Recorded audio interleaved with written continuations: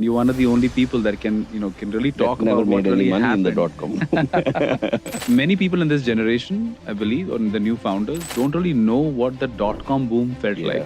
like. It was clear there was something very different here. Suddenly, everything was possible. Sometimes one might argue that these are vitamins and not really aspirins that they're solving, but that's okay. That is the ecosystem. Kitara was a very interesting company. I think 15 startups emerged from the first 30 employees. Yes. We just said the philosophy of hiring has got to be that nobody will ever pass our interview. So we keep asking more and more and more questions till somebody fails the question, and we just see how high did they go. Oh wow, it's in almost the like a stack. game. We had a pop-up that said "Welcome to Mcheck on Airtel." Oh, I remember this now. Okay. Yes. Yeah, And okay. everybody who I talk about that curses me, say you were the guy responsible for that. Enrollment in Aadhaar, 1.4 billion in 6 years. That is Singapore every week for 6 years in a row. Yeah. Right? It's Australia every month. It's the US every year. That's the scale we're talking about, right?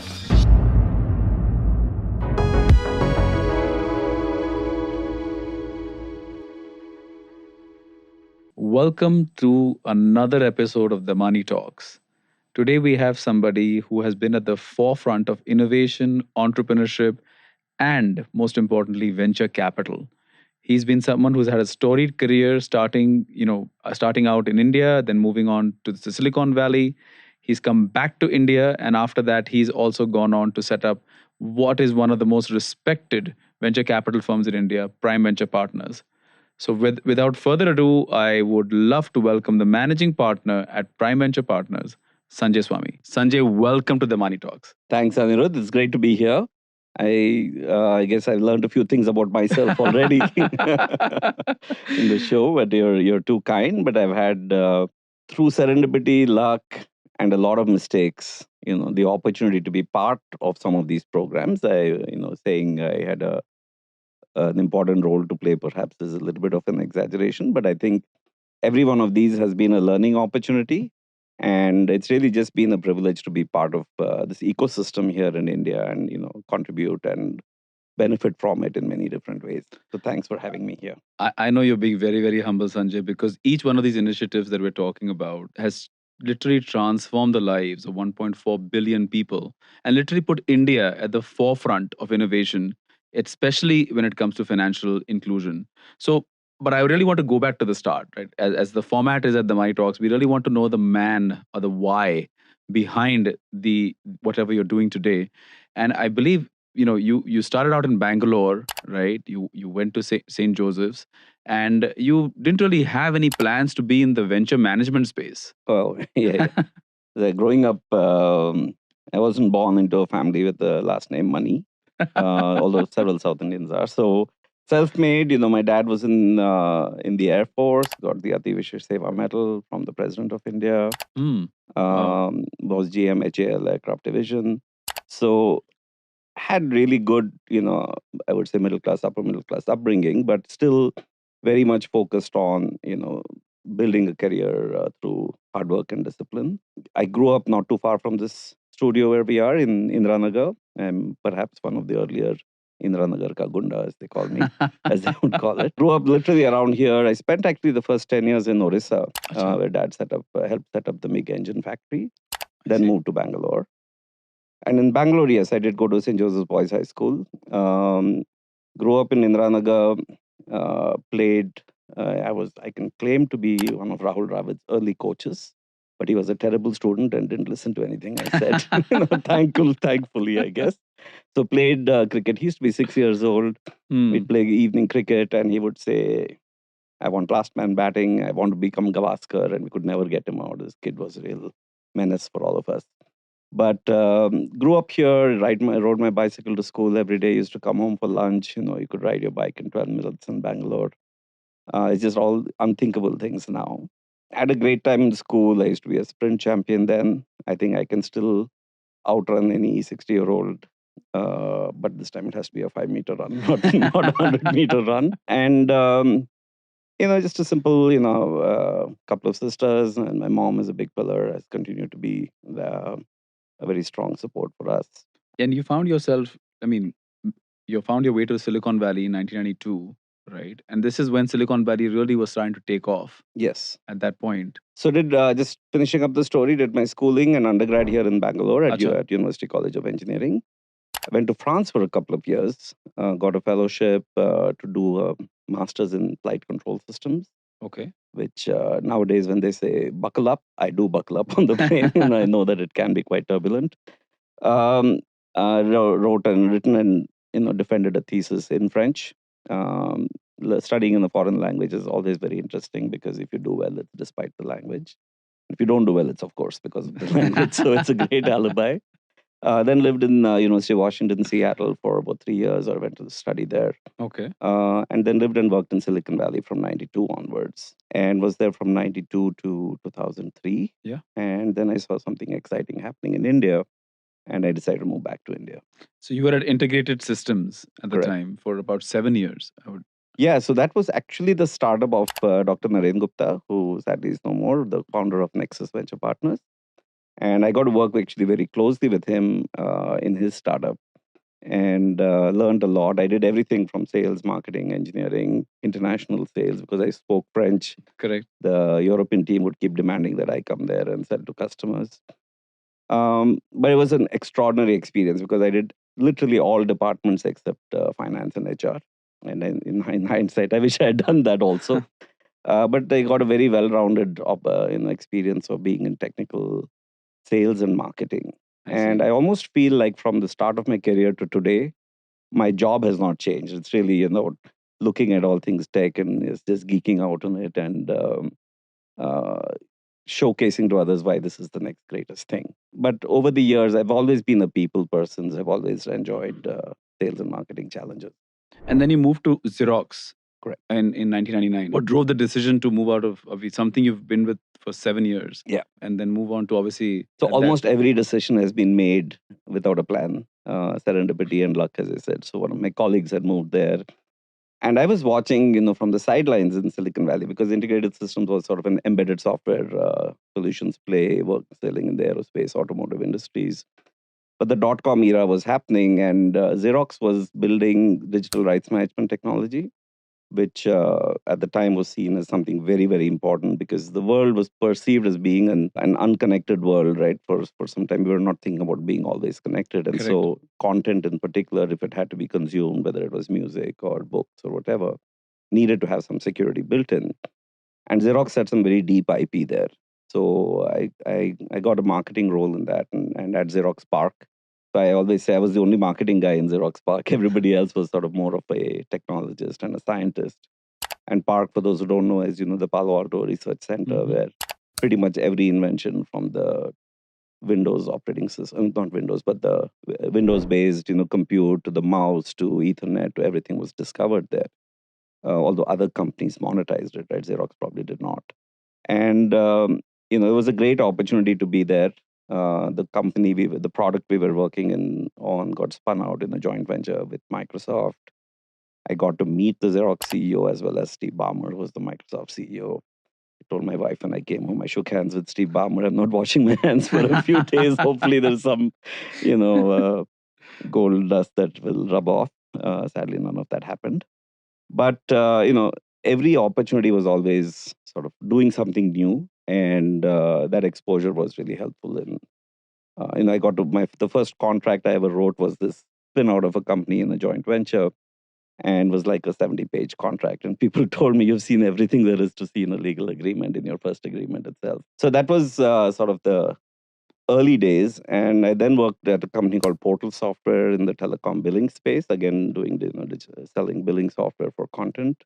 Very interesting experience. I joined the company when the stock price was $40. I left 2 years later when it was 40 cents. So I never never had any luck. That literally was my next question because I was thinking, while all these companies have survived and, obviously Xerox still exists even today, but then you got swept up in some way by the whole dot-com boom, and you're one of the only people that can really talk about what really happened. In the dot-com boom.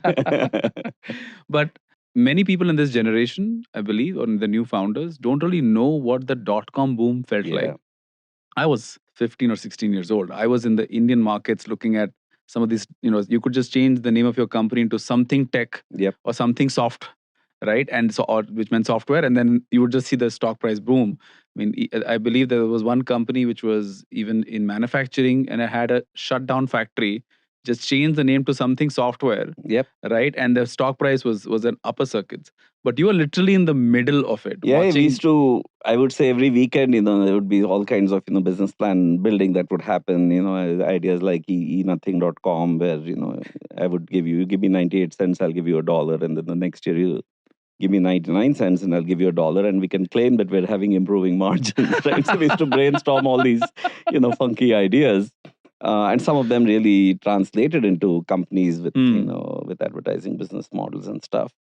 But it was clear there was something very different here. Suddenly, everything was possible, right? Yep. And I think part of my later motivation for coming back to India, and I'll come back to that later, was we were seeing a second opportunity of the same thing happening through the mobile internet, right? Yep. But what we had seen firsthand, everything about shopping on the internet was new. Amazon did not exist at the time; they were also starting out at the same time.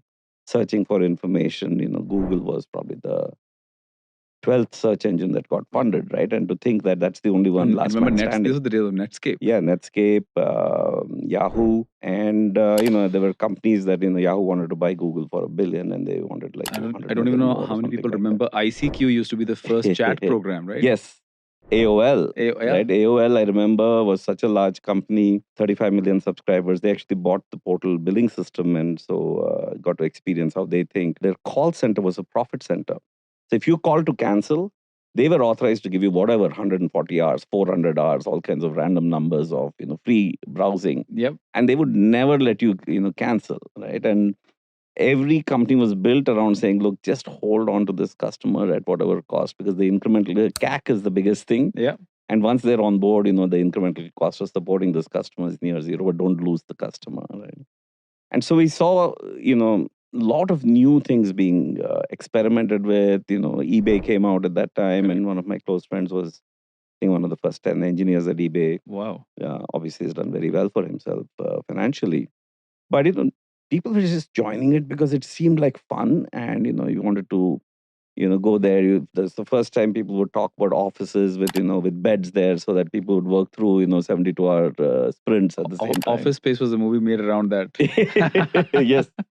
Yes, right. So I got to see some of that happening with friends, and almost very few of them really did well. You were literally very young in your career, but it must have felt like this was going to be just this insane thing that's going to change trajectories forever. Oh, absolutely. I think that certainly was there, and I think there was a belief, and that's where Silicon Valley, I think, is so special. And now we're talking about the AI boom, and before that we had the mobile internet and the SaaS boom and things like that, or cloud.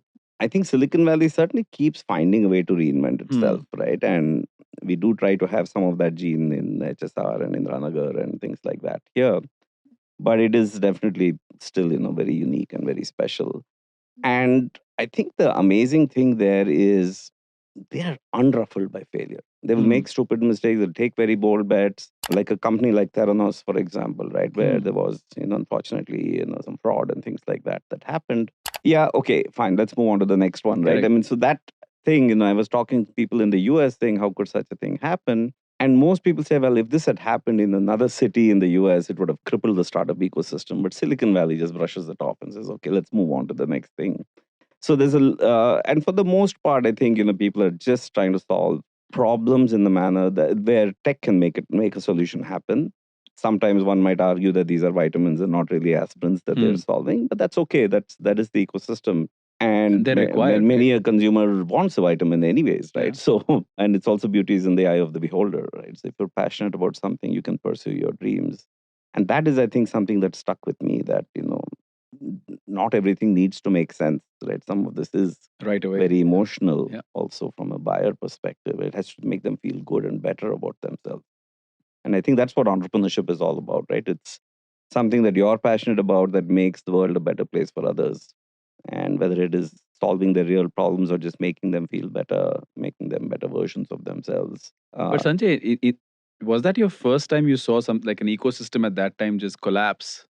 Because at that time it felt like Silicon Valley was done. And I'm talking from a perspective. I went to the US when I was 18, right? So 2001, And this was just when the dot-com era had just collapsed, and everything just seemed like, oh my God, this is over. But we were investing in people or companies that were valuing themselves on eyeballs and clicks. Mm-hmm. But at that time felt like, oh, this is just the way to value things, right? And Yeah. and I believe, again, we've both been investing for a while, but in your case, that we keep trying to reinvent the way to value companies, right? Again, if you go back to 22, 23, there was new metrics of how to value Mm-hmm. companies, which was like how fast can you burn, right? And you can be valued faster because of it. But Prime and Certainly 21. Yeah. yeah, felt has been one of those that I said, no, this kind of stuff does not happen. Is Was there any impact on your strategy today because of what you saw very early in your career, right? In 2000, 1999, 2000, 2001. Yeah, actually, I think a lot of our life is just a collection of our experiences and learnings from that, right? So even if I backtrack a little bit, to 92 when I was job hunting, I was married, and my wife couldn't work in the US, and we were literally down to a couple of $100 in the bank when I Wow. got lucky and found a job, right? And after that, the life changed. Then I saw this crazy thing from the sidelines in Silicon Valley, and I came to Xerox PARC and then to Portal and experienced a bit of it. But that was about the tail end of it, where the market just imploded because of 9/11. Actually, September 10th, I flew Boston to San Francisco nonstop on the 8 a.m. United flight. So with my wife, actually, we had gone for a weekend, Oh my and the God. next morning, Yeah. the same flights were involved, and the world changed. But I think that was a change that nobody could have fathomed, right? It was one of those black swan events, almost sort of like COVID, except that this was localized. Yeah. And I think these moments do occur from time to time, and they're like complete resets, and they force you to rethink all the assumptions and bring you down to earth pretty fast. But sometimes you have to also be in the moment, right? And that's where serendipity and luck also play a role. So yeah, in the long run, they're all dead. So yeah, in the long run, the only thing that matters is for startups is a discounted cash flow and things like that. But that could be a good 15 years out, or 15 minutes out, and you don't know that, right? And you just have to make sort of this is so much of business of judgment, whether you're an entrepreneur or, I mean, I still see myself as an entrepreneur, right? My startup is my VC fund. True. But I think we're continuously course correcting, and I think this is also one of those industries where every time you think you figured it out, you get humbled very, very fast. So I think it's also important to not take yourself too seriously. Some of this there is a method to the madness. Sometimes there is really more madness than method. So and both true. are fine, Yeah. because ultimately the opportunities come every now and then. Yeah. Right. And around this time, when I think the whole .com era. .com era was sort of imploding, you came to India and you saw something. So I think 2002, 2003. At that time, it was a dream to be in the US Yep. and to get that, the green card and then become a citizen. And you did the reverse. You were maybe one of the first people to do a reverse brain drain, maybe at the very early part of 2000s, right? When most people wanted to go to the US, you actually moved back. What happened? So a couple of things. On the not so pleasant front, I mean, actually, we had built a house in the Bay Area, right? We were probably, at the time, probably one of the first few Indian origin folks that, bought an old house, demolished it, built a brand new house from scratch. It was like the dream home. Everything was designed to plan, etc. And then I got laid off, right? So 2002 was a very tough time, and my wife had quit her job thinking I had a good job, and she wanted to take some time off and be with our son that she had not spent much time with. And so here we were, two of us with a $1 million mortgage and no income. So second time in life now, we just thought we had, solved this, sub $1,000 net worth. And now not only was that, there was $1 million mortgage on our heads as well, right? Which today people will laugh because the pricing in Silicon Valley is much, much crazier. But, it was a lot of money, and it still is a lot It's of still, money. yeah, Right? it's a lot of money. $1 million, $1 million. I always, when we bought the house, I told my wife, we're now $2 million short of calling ourselves millionaires because negative one to start with. But yeah, I said, okay, what do you do next? I said, well, it's not like I'm going to be able to find a job. Silicon Valley is like very tough it was going through very tough times. I said, okay, how about we do a startup? So we tried doing a startup, didn't get anywhere. But Then somebody came and fortuitously said, "Oh, we're willing to rent your house." I said, "Oh, great!" And the rent was enough to cover The mortgage. the mortgage, the property tax, the insurance, and leave us with a little bit of money. So I said, let's go back to India, and this money we can live for some time and see what's happening here. So as I came back, one of the funny things that happened was I remember even the location in RT Nagar. I met an auto rickshaw driver. I mean, I took an auto and I asked him, time kya hua? Time kya hai? And he pulled out his cell phone to read out the time to me. Right? I said, holy cow, he's got something in his hand here that he can get a message to. And that sort of was the aha moment for me, thinking that we could do peer to peer payments. I'm talking 2003. Hmm. And PayPal had become a big thing in the US at the Yep. time, or starting to become. I said, oh, I could create a mobile version of PayPal, but it has to be for India because these people are all dealing in cash. And um, quickly, went back to the US. We had rented the house, but we're not sure if we're going to move to India, right? Hmm. So came back, pulled all the stuff out of public storage, shipped it to India, and landed in Bangalore in a couple of months. This is I'm talking 2003.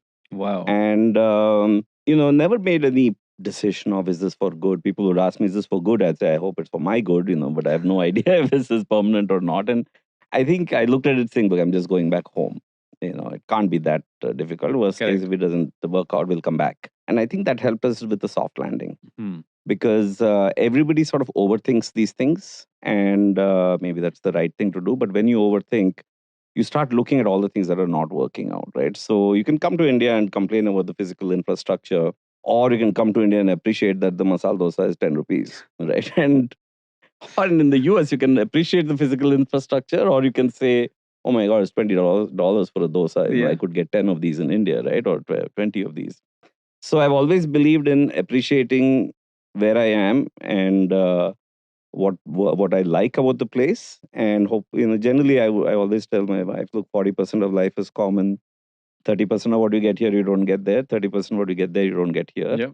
When you're here, enjoy the right 30% and don't complain about the other 30. And if you're really hung up on that, then go back and enjoy that 30 and don't complain about this 30. Oh, right? yeah. So broadly speaking, I don't think there's any perfect place to live, and that's also opportunity.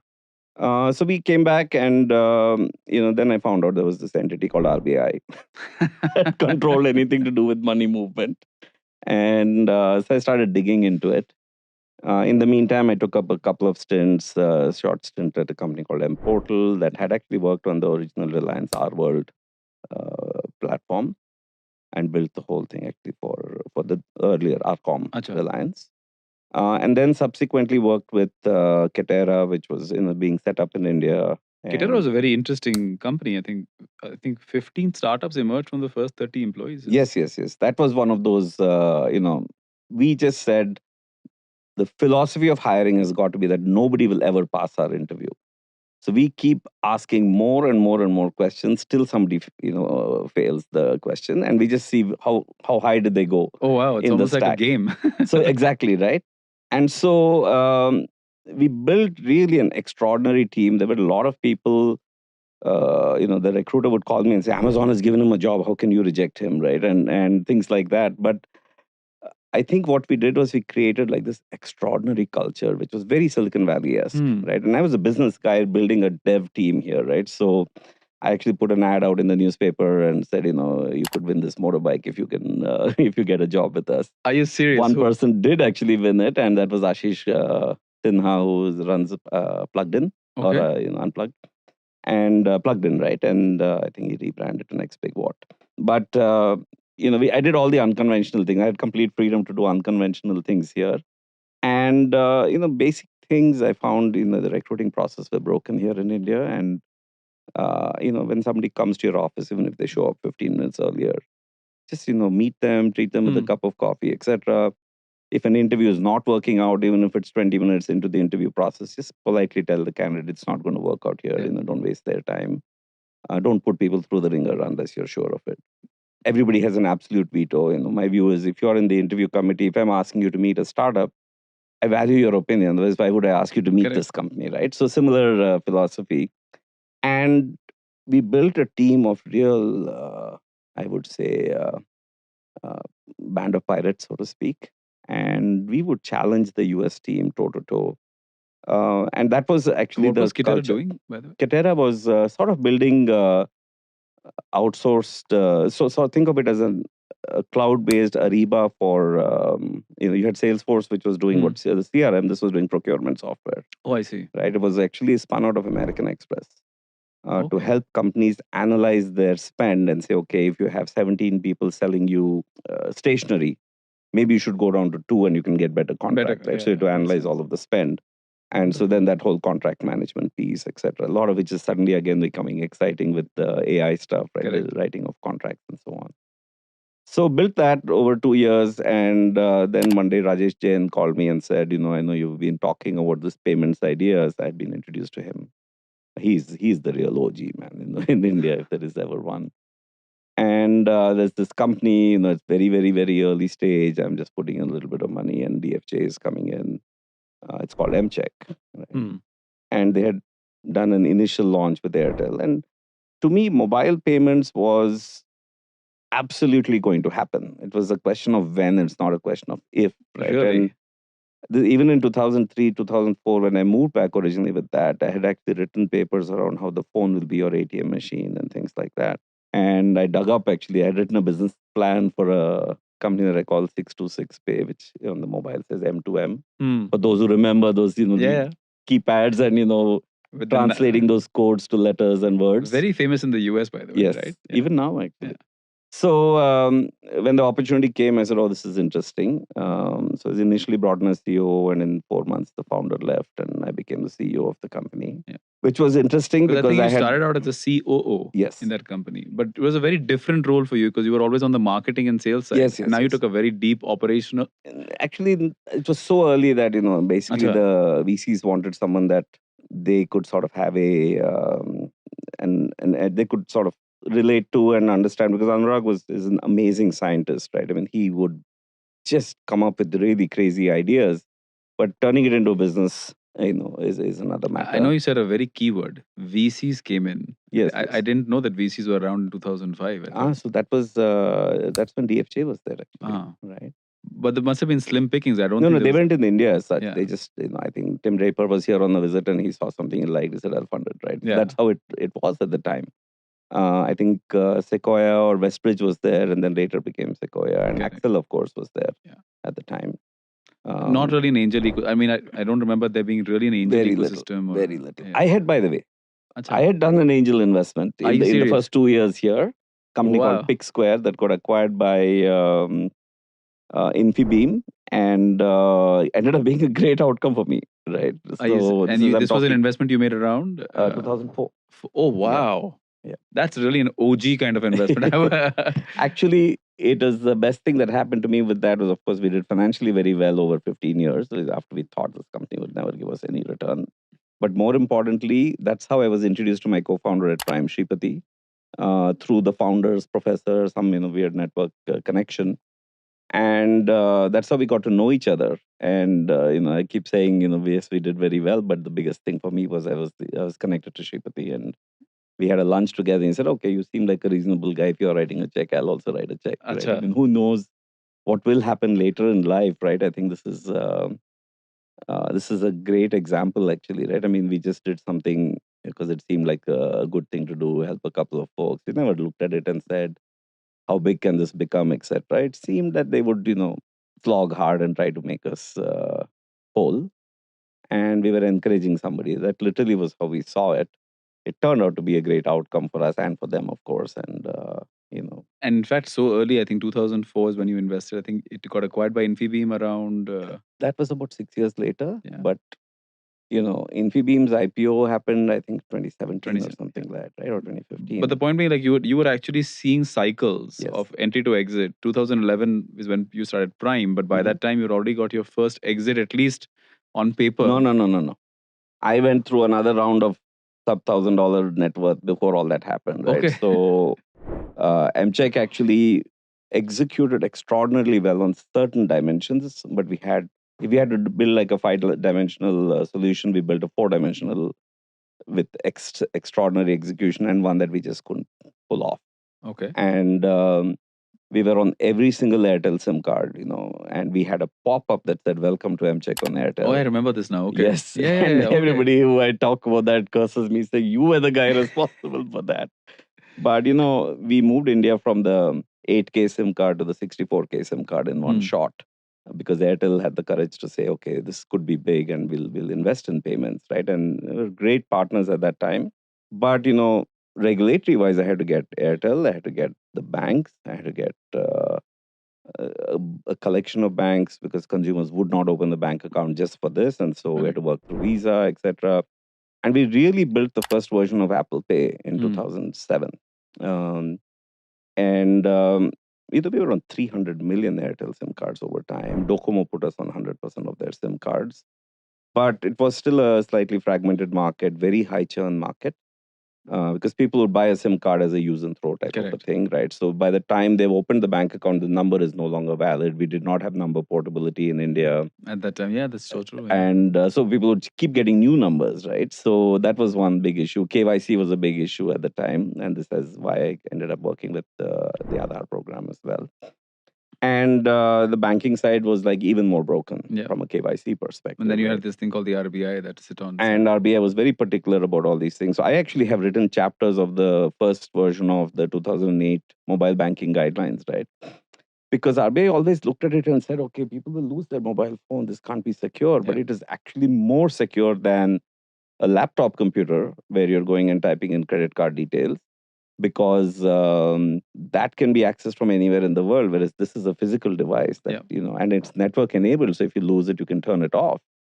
So those sort of nuances, took some time for the ecosystem to appreciate, right? And we were sort of, I think that's the difference between being caught on the leading edge versus the bleeding edge, right? Which unfortunately in entrepreneurship you'll only find out post facto. Correct. There is no way of saying this is the bleeding edge and not yet the leading edge, right? But extraordinary learning experience. Everything I learned about fintech, started there. The whole curiosity of it.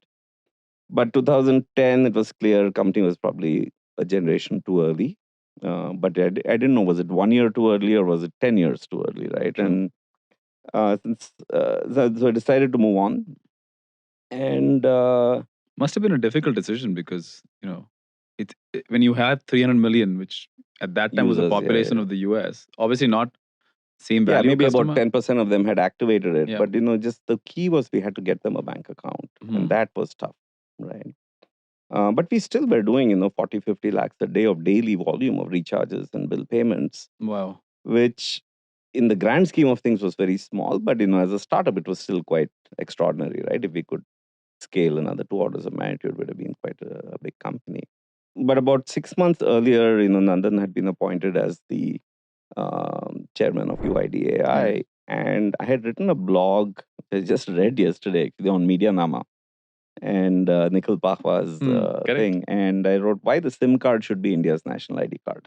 Because the talk earlier was that Aadhaar would be a smart card based system.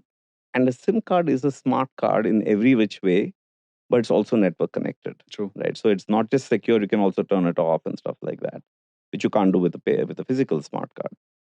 And somehow that got through to the UIDA team, and I got a call from them, and I had gone and chatted once with Nandan about it. And I was leaving MCheck, and he said, well, if you have some time, even you can help, we'd love to have you help us with because you have these war stories from the field. Yeah.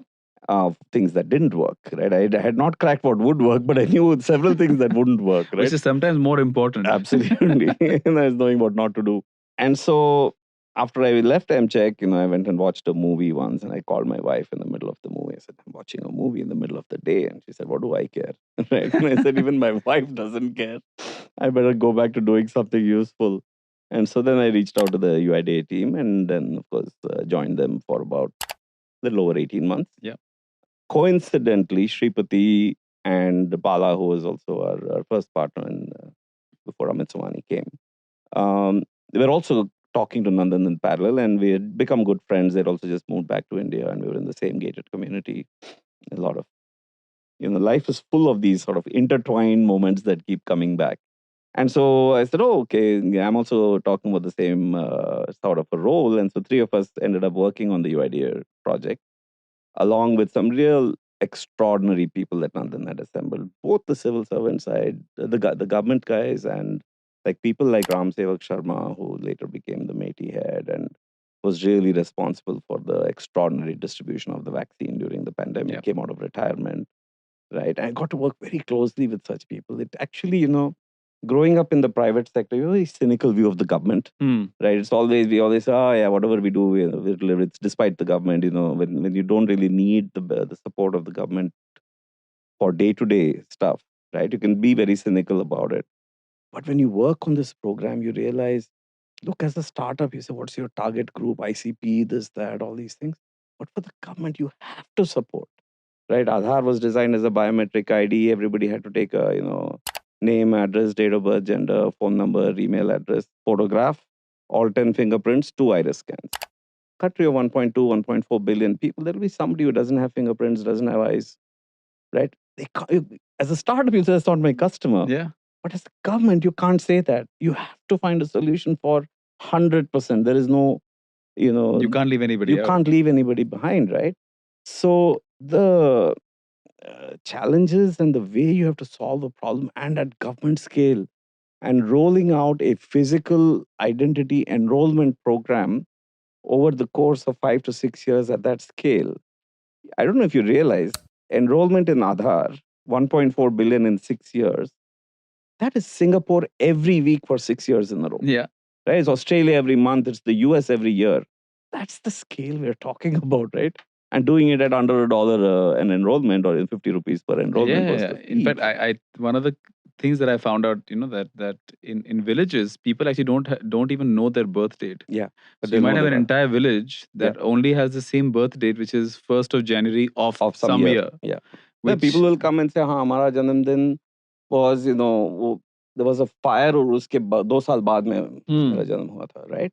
So to go back and check all of those things, the postal department's PIN code system was sort of fairly average. So we had to cleanse that entire data and give it back to them. And so folks like Pramod Verma and Srikant Nadmuni and Sanjay Jain are like absolute rock star. Shankar Marwada, who did the whole branding and messaging around this. And we had this small team of about 15, 20 of us working alongside the government, right? But ultimately, it was a government program, right? So you can't um, be very visible. You have to just really help educate and make sure that the right things were done. We had also learned. I also realized you were sort of a volunteer at UIDAI. Yes, that was the official title. Volunteer authentication and applications or something like that was my title. I had an official letter which I recently dug up again, right? And it was pro bono. Some expenses were paid for, but broadly it was, do what, because the nation building opportunity. I always tell people I made the least amount of money then, but it was the most enriching phase of my life, right? And extraordinary exposure, right? I mean, got to go to the RBI governor's office and, show what we had done. I built all the examples of, eKYC and stuff like that, in the very, very early days. So I would go and, demonstrate to them, to TRAI chairman. At the time, it was the previous government, Sam Petroda and Nandan and a few other folks sort of explaining what this thing is, then go to Montek Singh Aluwalia's office and talk to them about how this could change India. I think one thing was very clear is whether this was the perfect platform or not, it was a necessity, right? There was so many leakages that could be solved. But to me, and my probably biggest focus area and contribution was really bringing the mobile as a core part of the strategy, because it was initially not expected to be. In fact, the original document, and even now, will say phone number. It doesn't say mobile number, right? Because India still had sub 50 million mobile phone users. But and I landline had was very difficult seen at that time. in MCheck, because the mobile had a lot of churn, that they were not enrolling 1.8 million per month as they were saying. Those are the net additions. The gross additions were like 50 million. So they were doing 50 million KYCs a month, right? But because of the churn, it seemed like it was a small number. And people were okay with letting their phone numbers go. Yes, at the time. Yeah. But we knew that by the time number portability and stuff was coming in, or it had already come in, And for the telcos, the KYC was becoming mandatory because there had been some of these incidents where people were triggering devices by SIM cards and stuff. So India became a lot more strict about KYC. So that was a perfect opportunity to say, hey, we have got a government approved KYC, which is all digital, right? And kudos to Geo for having launched with that, and they never had a piece of paper, right? Mm-hmm. So I actually spent a lot of time, even post the Aadhaar days. We had started. I'll come back to all the startups, working with iSpirit as a very active volunteer. And to this day, even for 2 months ago, I was invited to speak at some event about Prime, and I said, "Yeah, I'll talk 2 slides about Prime, but let me tell you what's happening in India." And the scale at which we have digitized the country, and it's mind blowing. I pulled up some of the latest numbers and stats to prepare for that deck. You just can't fathom what's happening here, right? The scale of Aadhaar authentications that are going on. Of course, UPI is like the poster child now for India. And It's I the don't envy think of UPI everyone. was possible without an Aadhaar Yeah, because behind. Aadhaar was key to bring everybody into the banking Correct. system, right? So the jam trinity of Jandan, Aadhaar, and mobile Yeah.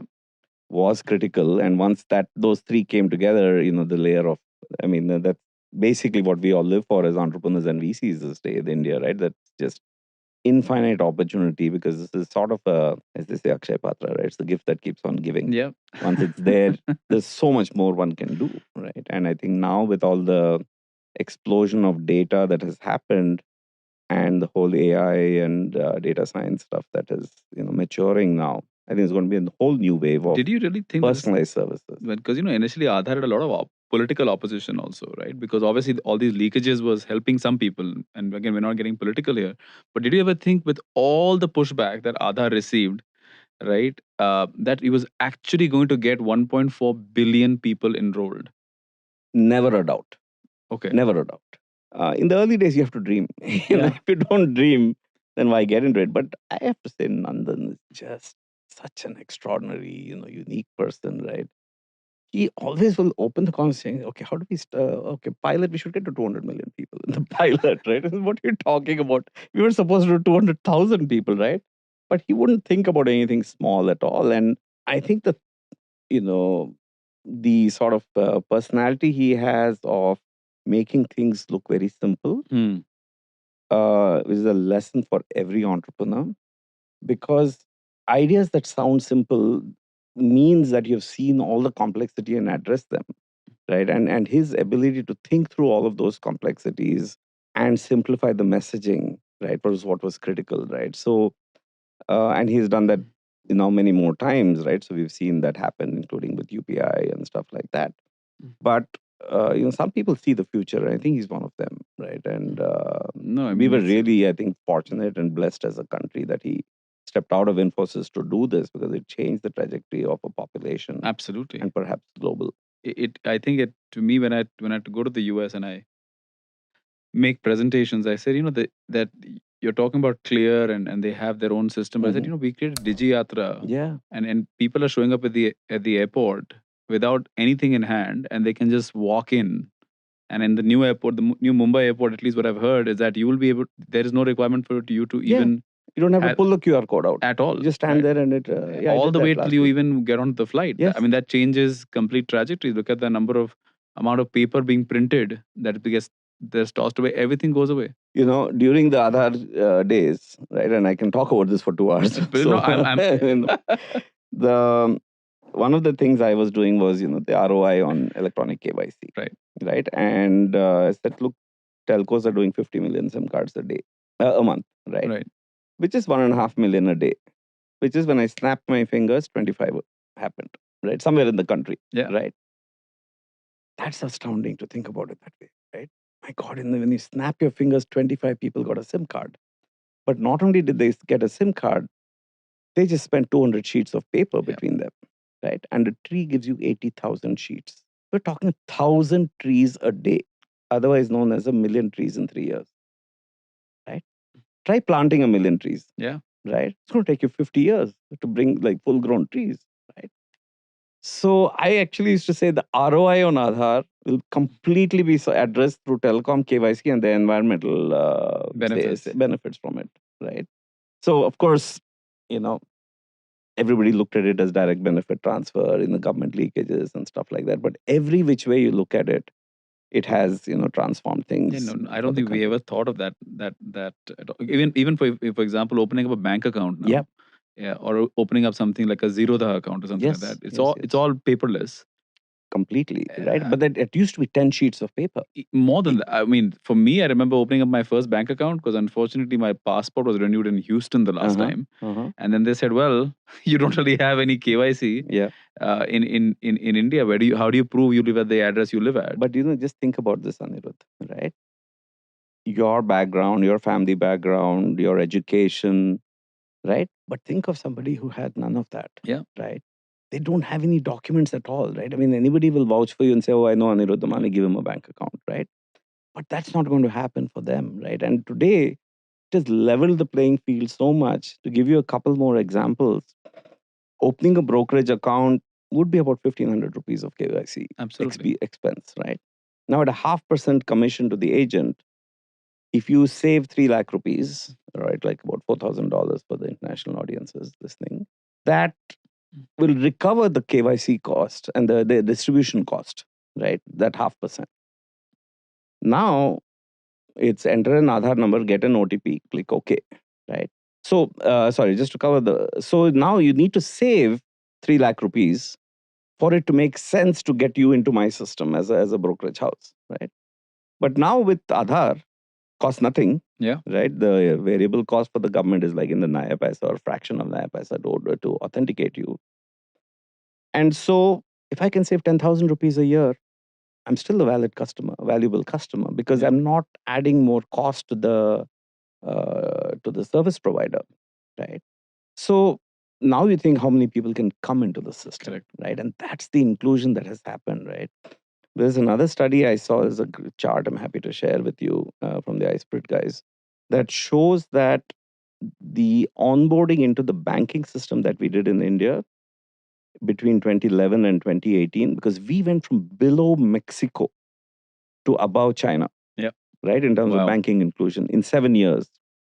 That is 45 years of GDP improvement, Yeah. GDP progress, right? Now, of course, we have not had that part happen yet, but it's not going to take us 45 years. But the It's going infra to is take there, us right? 10 The years. important was the infra. Because everybody's included. Correct. Right. So I think, we can go on and on, but I think we're just getting started now, because the first wave of startup opportunity, government opportunity of digitization, etc., whether it was bringing businesses into the GST mandate, whether it was, bringing in consumers into the banking and, investments and all this, very, very early, even now, right? That was the opportunity. It was going from paper to digital, right? The second wave is now that everybody's in digital, what else can we do, right? Correct. And Nandan had a beautiful slide very early on. Again, his visionary way of explaining it. He said this is going to create a digital exhaust. The combination of the social media, the combination of digital transactions, and just bringing everybody into this ecosystem, whether you're an MSME, whether you're a consumer, whether you're a large business. And that is going to democratize all the services, whether it's access to credit, whether it's access to investments, whether it's access to insurance, right? And I once tweeted, went somewhere, I saw, a mall asking for him for money, and I said, "Hey, why can't we just have FASTag here?" And I tweeted it, and then read my tweet. He said, "You have not read my 2011 paper," and he forwarded it to me by email saying, "See, I had written that FASTag can be used for all of these things, right?" That's another thing. You go to the US, you don't see any of this stuff. In India, you go to the mall, you go here, you go there, airport parking, FASTag, done, right? If your car is stuck there and you're blocking traffic there, you'll be charged a higher fee. I mean, they've piloted some of these things. So I think some of these things are just, you can't even quantify the amount of progress that's going to when you're imply. talking about this, I suddenly realized that if you think this, you're talking about 2010, we're in 2025, right? We're not It's not talking that long. about 50 years. We're talking about 15 years. 1.4 billion people have literally changed the way they live. Yeah. And it's not easy. But 15 years for a startup is a lot of time, Yeah. right? But for a government, it's nothing, right? It's like you said, Yeah. snapping of a finger. 15 years is literally And I nothing. think all of us as technologists, and perhaps if I rewind my time to my mobile payment entrepreneurship days, we overestimate the impact in the short run, but we dramatically underestimate the long term impact, right? And that I think is the one learning for me that I try to impart to founders, saying you actually have a lot more time, Right. right? Don't get caught up in what somebody else is doing. If what you're saying, I mean, there is risk, of course, but if you have thought things through, and that's where sort of the stealth phase of a startup is so important, because pointing the gun 1 degree this way, that way can make a huge difference, right? And it's the same thing is true in the startup as well over the 15-year trajectory. But if you get it right early and stay laser focused and are solving a real problem for a large group of people, you will build a successful company. Now, is it going to, and most of these markets are never winner takes all. I think in a good market, every now and then there'll be a consumer play, but for the most part, at least anything that is solving a real problem, you just make sure you get your solution right. The worst that will happen is you'll probably get acquired, or the best thing that will happen is you'll build a large standalone company. And you can only focus on controlling the problems that you can control. Yes, you have to control the narrative, all that stuff, but ultimately you have to build your business, right? And I think when you're young, you think, oh, I need to become Zepto overnight. I need to become this thing overnight. And even kudos to them for their execution. But Zomato started at the same time as I was running MCheck. I'd met Dipinder at that time, 2008. Right? Today, if you see where they are, okay, anybody will say 16 years, I'll take this journey any day, right? But in 2010, he must have also been thinking, how fast can I get here? And sometimes you just have to survive long enough for the opportunity to show up. Because Zomato's opportunity really showed up during COVID. Yeah. Right. Until then, they were just a restaurant listing platform, if you think about it, but literally changed overnight. And then quick commerce hasn't worked anywhere else in the world except for India. Yeah. Well, the great example was the shirt of mine, right? Yeah, exactly. I was telling you, I was driving in, and I think people should know about this I story. Well, except for my wife, but hopefully she'll not listen to this part. But yeah, I had a lovely new shirt that she had gifted me. I said, "Oh, let me wear it today on this recording," and I was a little late, so I said, "Oh, I'll drink my coffee in the car." And of course, in Bangalore traffic, there's some start-stop. The coffee spilled over a beautiful white shirt, which I'll have to launder now. But I was coming in. I called your colleague here and said, I'm a little bit of a problem. And she said, "Let me see the studio. May I have a shirt for you?" But I said, "Well, let me just go to Blinkit and try." And voila, in 15 minutes, paid by UPI, the shirt showed up.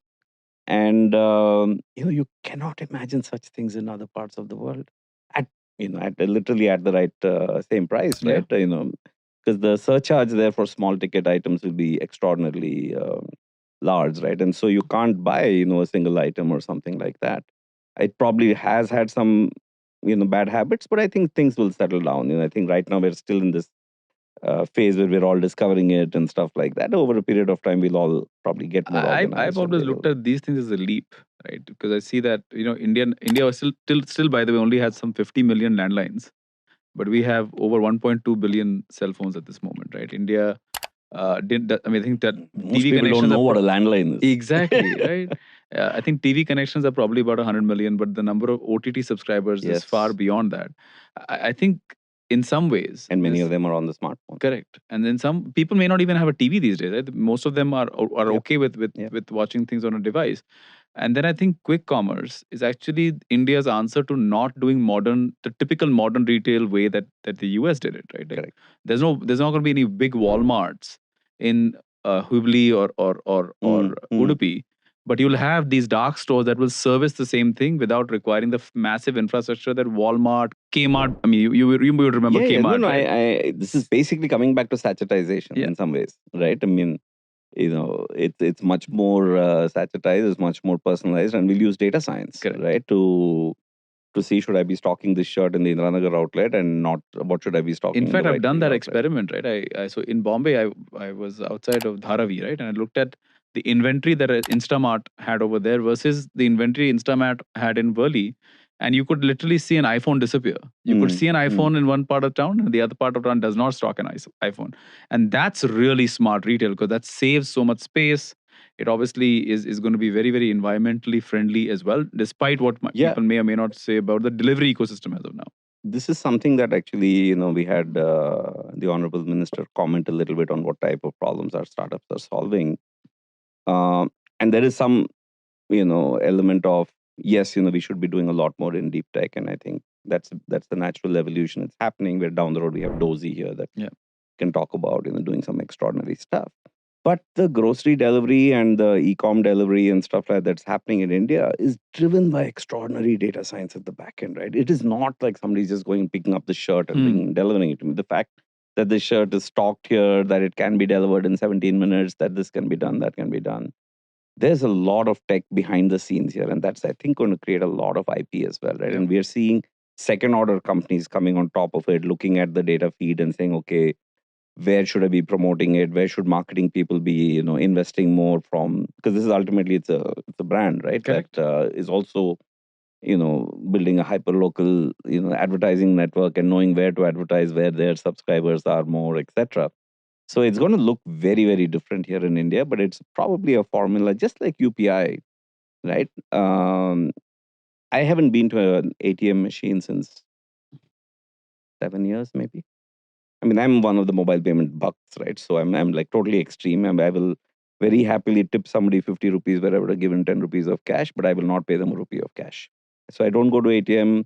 You can work in my house for free, or you will get paid digitally. I will get you a bank account. Don't worry about it. But I'm not paying you cash. These are conditions at home. My mother is a avid user of PhonePe. She's nearly 90 now. So Samir keeps saying I need to get her for a testimonial. But we have always I've always been digital ever since I could, and I don't recognize Indian currency anymore. Yep. Because after 2016, all the notes change, the colors change, the denominations change. Somebody gives me cash right now, and look and say, are you sure this is money that I can take, right? But life has really been simplified, and you can pretty much go around the country. UPI acceptance is there. They may not always transact themselves in digitally, but we found, a coconut vendor being on the highway from I think Davangere to Bangalore or something like that. We were driving, and you ask that lady, and the pride with which she says, "Oh, this is my savings. If you're paying, it's going to my bank account. This is like my long-term thing. I'm not using this money for my survival, right?" I thought it's actually people are realizing that, there is, it's okay if 20-30% of my money is coming digitally. It's actually good for me. And over a period of time, that percentage will go up. Yeah. But I think the fact that they're seeing it's good for them because it inculcates the savings habit. Soon they will get into perhaps investing in, banking products like fixed deposits and stuff like that, and eventually into, brokerage and stock market and things like that, right? But the shape will look very different, right? And you have to be ready for high volume, low value, instead of low volume, high value. Correct. No, and I think it's really is at the cusp. Like you've said it. There is a lot more coming. We've just started to scratch the Best surface. is yet to come. The first wave of startups that built on this has just happened. There's just so much more. I think we haven't even scratched the surface. When you think about opening up company bank accounts in India, we're still working on that. Pre-Aadhaar ecosystem. We don't. Maybe some foreign banks have mastered the art of doing it digitally, but most Indian banks will send you these stack of papers and 60, 70 signatures, and you wonder. Yeah, to me, having worked on this, when I'm told, okay, can I get a copy of your Aadhaar and you sign on it? Oh, this is not how it's supposed to be used. Yeah, exactly. Please. It is. It surprises me how, because I without naming banks, but some of the global banks have literally gone digital. There is no signing of paper. This is the legacy problem. Yeah. Right? They didn't have a presence. So like Geo, never ever had to do anything to do with paper because they weren't type then, right? But for Airtel to make that migration, it took a lot of time. Yeah. And look, at the end of the day, I think corporate accounts is a small piece of the overall thing. So for the bigger things, they've gone digital. But hopefully over a period of time, this will all just become the way, right? I wish there was a little more of a stick than just to say just make it happen. Yeah. right? Exceptions can always be handled, but the default has got to be. I'm just hoping that this part of the interview makes it to Nandan sir and he has a slide somewhere saying, this is also supposed to happen. What I'm worried is some bank CEO say, "Oh my God, now RBI will be on my case for this." But no, I think for those who have adopted it, kudos to them, and they have really, I think, saved them a lot. In fact, one of the analysis we did during the 18 months at UIDAI was actually going and seeing how much telcos spend on warehousing of in the telco. I mean, warehouses for storing the KYC documents. Absolutely. By my calculation at the time, Airtel was probably spending, and I just use them as an example, as a proxy for the ecosystem, right? Whether it's telecom, banking, all the regulated entities. Because you have to store this stuff, right? Something goes wrong within 7 years, you need to be able to pull up the right document, etc. And it's like looking for a needle in the haystack. They probably were spending maybe 100 crores a year just warehousing all this stuff. And that right? cost is only going up. I know Writers Corporation and these are the... And it's real estate, right? Yeah. And some, danger of, fire or something like that happens, it's paper. It's just total waste of time and money. And I always and ask the bank that I just signed for an account, opened a checking account with you last year. You asked me to sign the exact same papers again this year. Can't you just go back to the old papers and say, hey, this doesn't need to happen? But, re-KYC is a regulatory requirement for all of them. But, with UID, once the KYC is done, all you have to know is that it's the same thing. You just hit the API again and get an auth code, an OTP, and you're done. Yeah. So the compliance goes up, right? It's, and earlier, Reserve Bank would come and sit down in your office and say, okay, let me do some sampling of your thing. Okay, 1 in 10 corporate accounts, 1 in 100 consumer accounts. I just want to see, right? And they pull it up. Now they can do 100% compliance check sitting in their office, right? With regulatory, I mean, they just need access to. I'm surprised that we don't have a company Aadhaar. Let's fund one. Yeah, there you go. I'm done. Don't. We're ready. Nandan sir, if you're listening, we would love to have you as one of our senior I think that way. I think one amazing thing about Nandan also is very clear boundaries about, how to, and I think his integrity and ethics is another, it just comes across in everything he says. Yeah.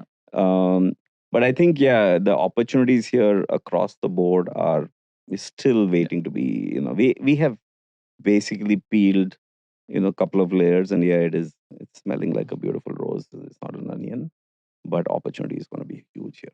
So I think this is like a perfect segue to now understand, founder throughout the journey. You've seen multiple cycles. Obviously, 2008 was another cycle you saw, right? After seeing... Yeah, where I was in the middle of a fundraise. Yeah. And my valuation I was going to ask you, like, how many down fundraisers? 70% in one shot, in one phone call. Okay. But MCheck raised how many rounds? We raised 2 rounds. There was a round before I was thinking and 1 round later. That's all. And it must have been a difficult environment. Obviously, after you joined, having 2007, you must have been like sort of at a peak, and then you just saw everything. Yeah, crumble. Yeah. Yeah. So look, this is life, right? I mean, one thing that kept me going for another 2 years after that was I didn't see anything I was doing wrong or the company was doing wrong. Yes, there was a macro thing that changed, what people saw as the valuation of the company, but the value to the customer was always there, right? And, it might have been 5 years too early, might have been 7 years too early, but it was clear to me that this is what, I mean, anybody who touched it and used the product never went back, right? Our cohorts for prepaid recharge and stuff, right, were like extraordinarily dark green, right? Because why would you go to the retailer at the end of the road in the rain and shout out your number and give him your money? Yeah. And you could do 4 clicks and you're done, right? And it was on the fly. And I'm sure we weren't that smart enough to, because we were a service provider ultimately to a telco, that to know how these cohorts were doing in terms of ACVs versus those who didn't have access to it. Because you're never out of talk time. Right. Could be anywhere in the world, just 4 clicks and done, and you can continue talking, right? So, of course, we wanted the holy grail. There was money transfer, and M-Pesa had done that, but in a very different regulatory environment. Right. And I think the telcos were struggling for it. And eventually, that led to the definition of a prepaid wallet ecosystem. That led to the definition of the creation of payment banks and small finance banks. All of these things, just trying to say, okay, can we have a few more guardrails and allow other people who've traditionally not been bankers to manage other people's money. I think we missed a few tricks there, but in the long run, again, it all works out. right? Interesting. There So, was a company in India called Inventure, which went on to become called Tala, mhm. in which was sort of trying to create this lending ecosystem on Yes, top of small digital, small kind of transactions. And because of the lack of a UPI at the time, went to Kenya to yep, create M-Pesa. I was a yep. seed investor, one of the guys that Oh backed it, wow. and I remember Shivani really Hmm. struggled. I mean, someone coming from She the was US, Los Angeles based, right? yeah, Yes, yes, yes. still I know. is. Hmm. And now Tala is this massive global ecosystem builder. They've I think they're almost a bank in Mexico. They're in Philippines.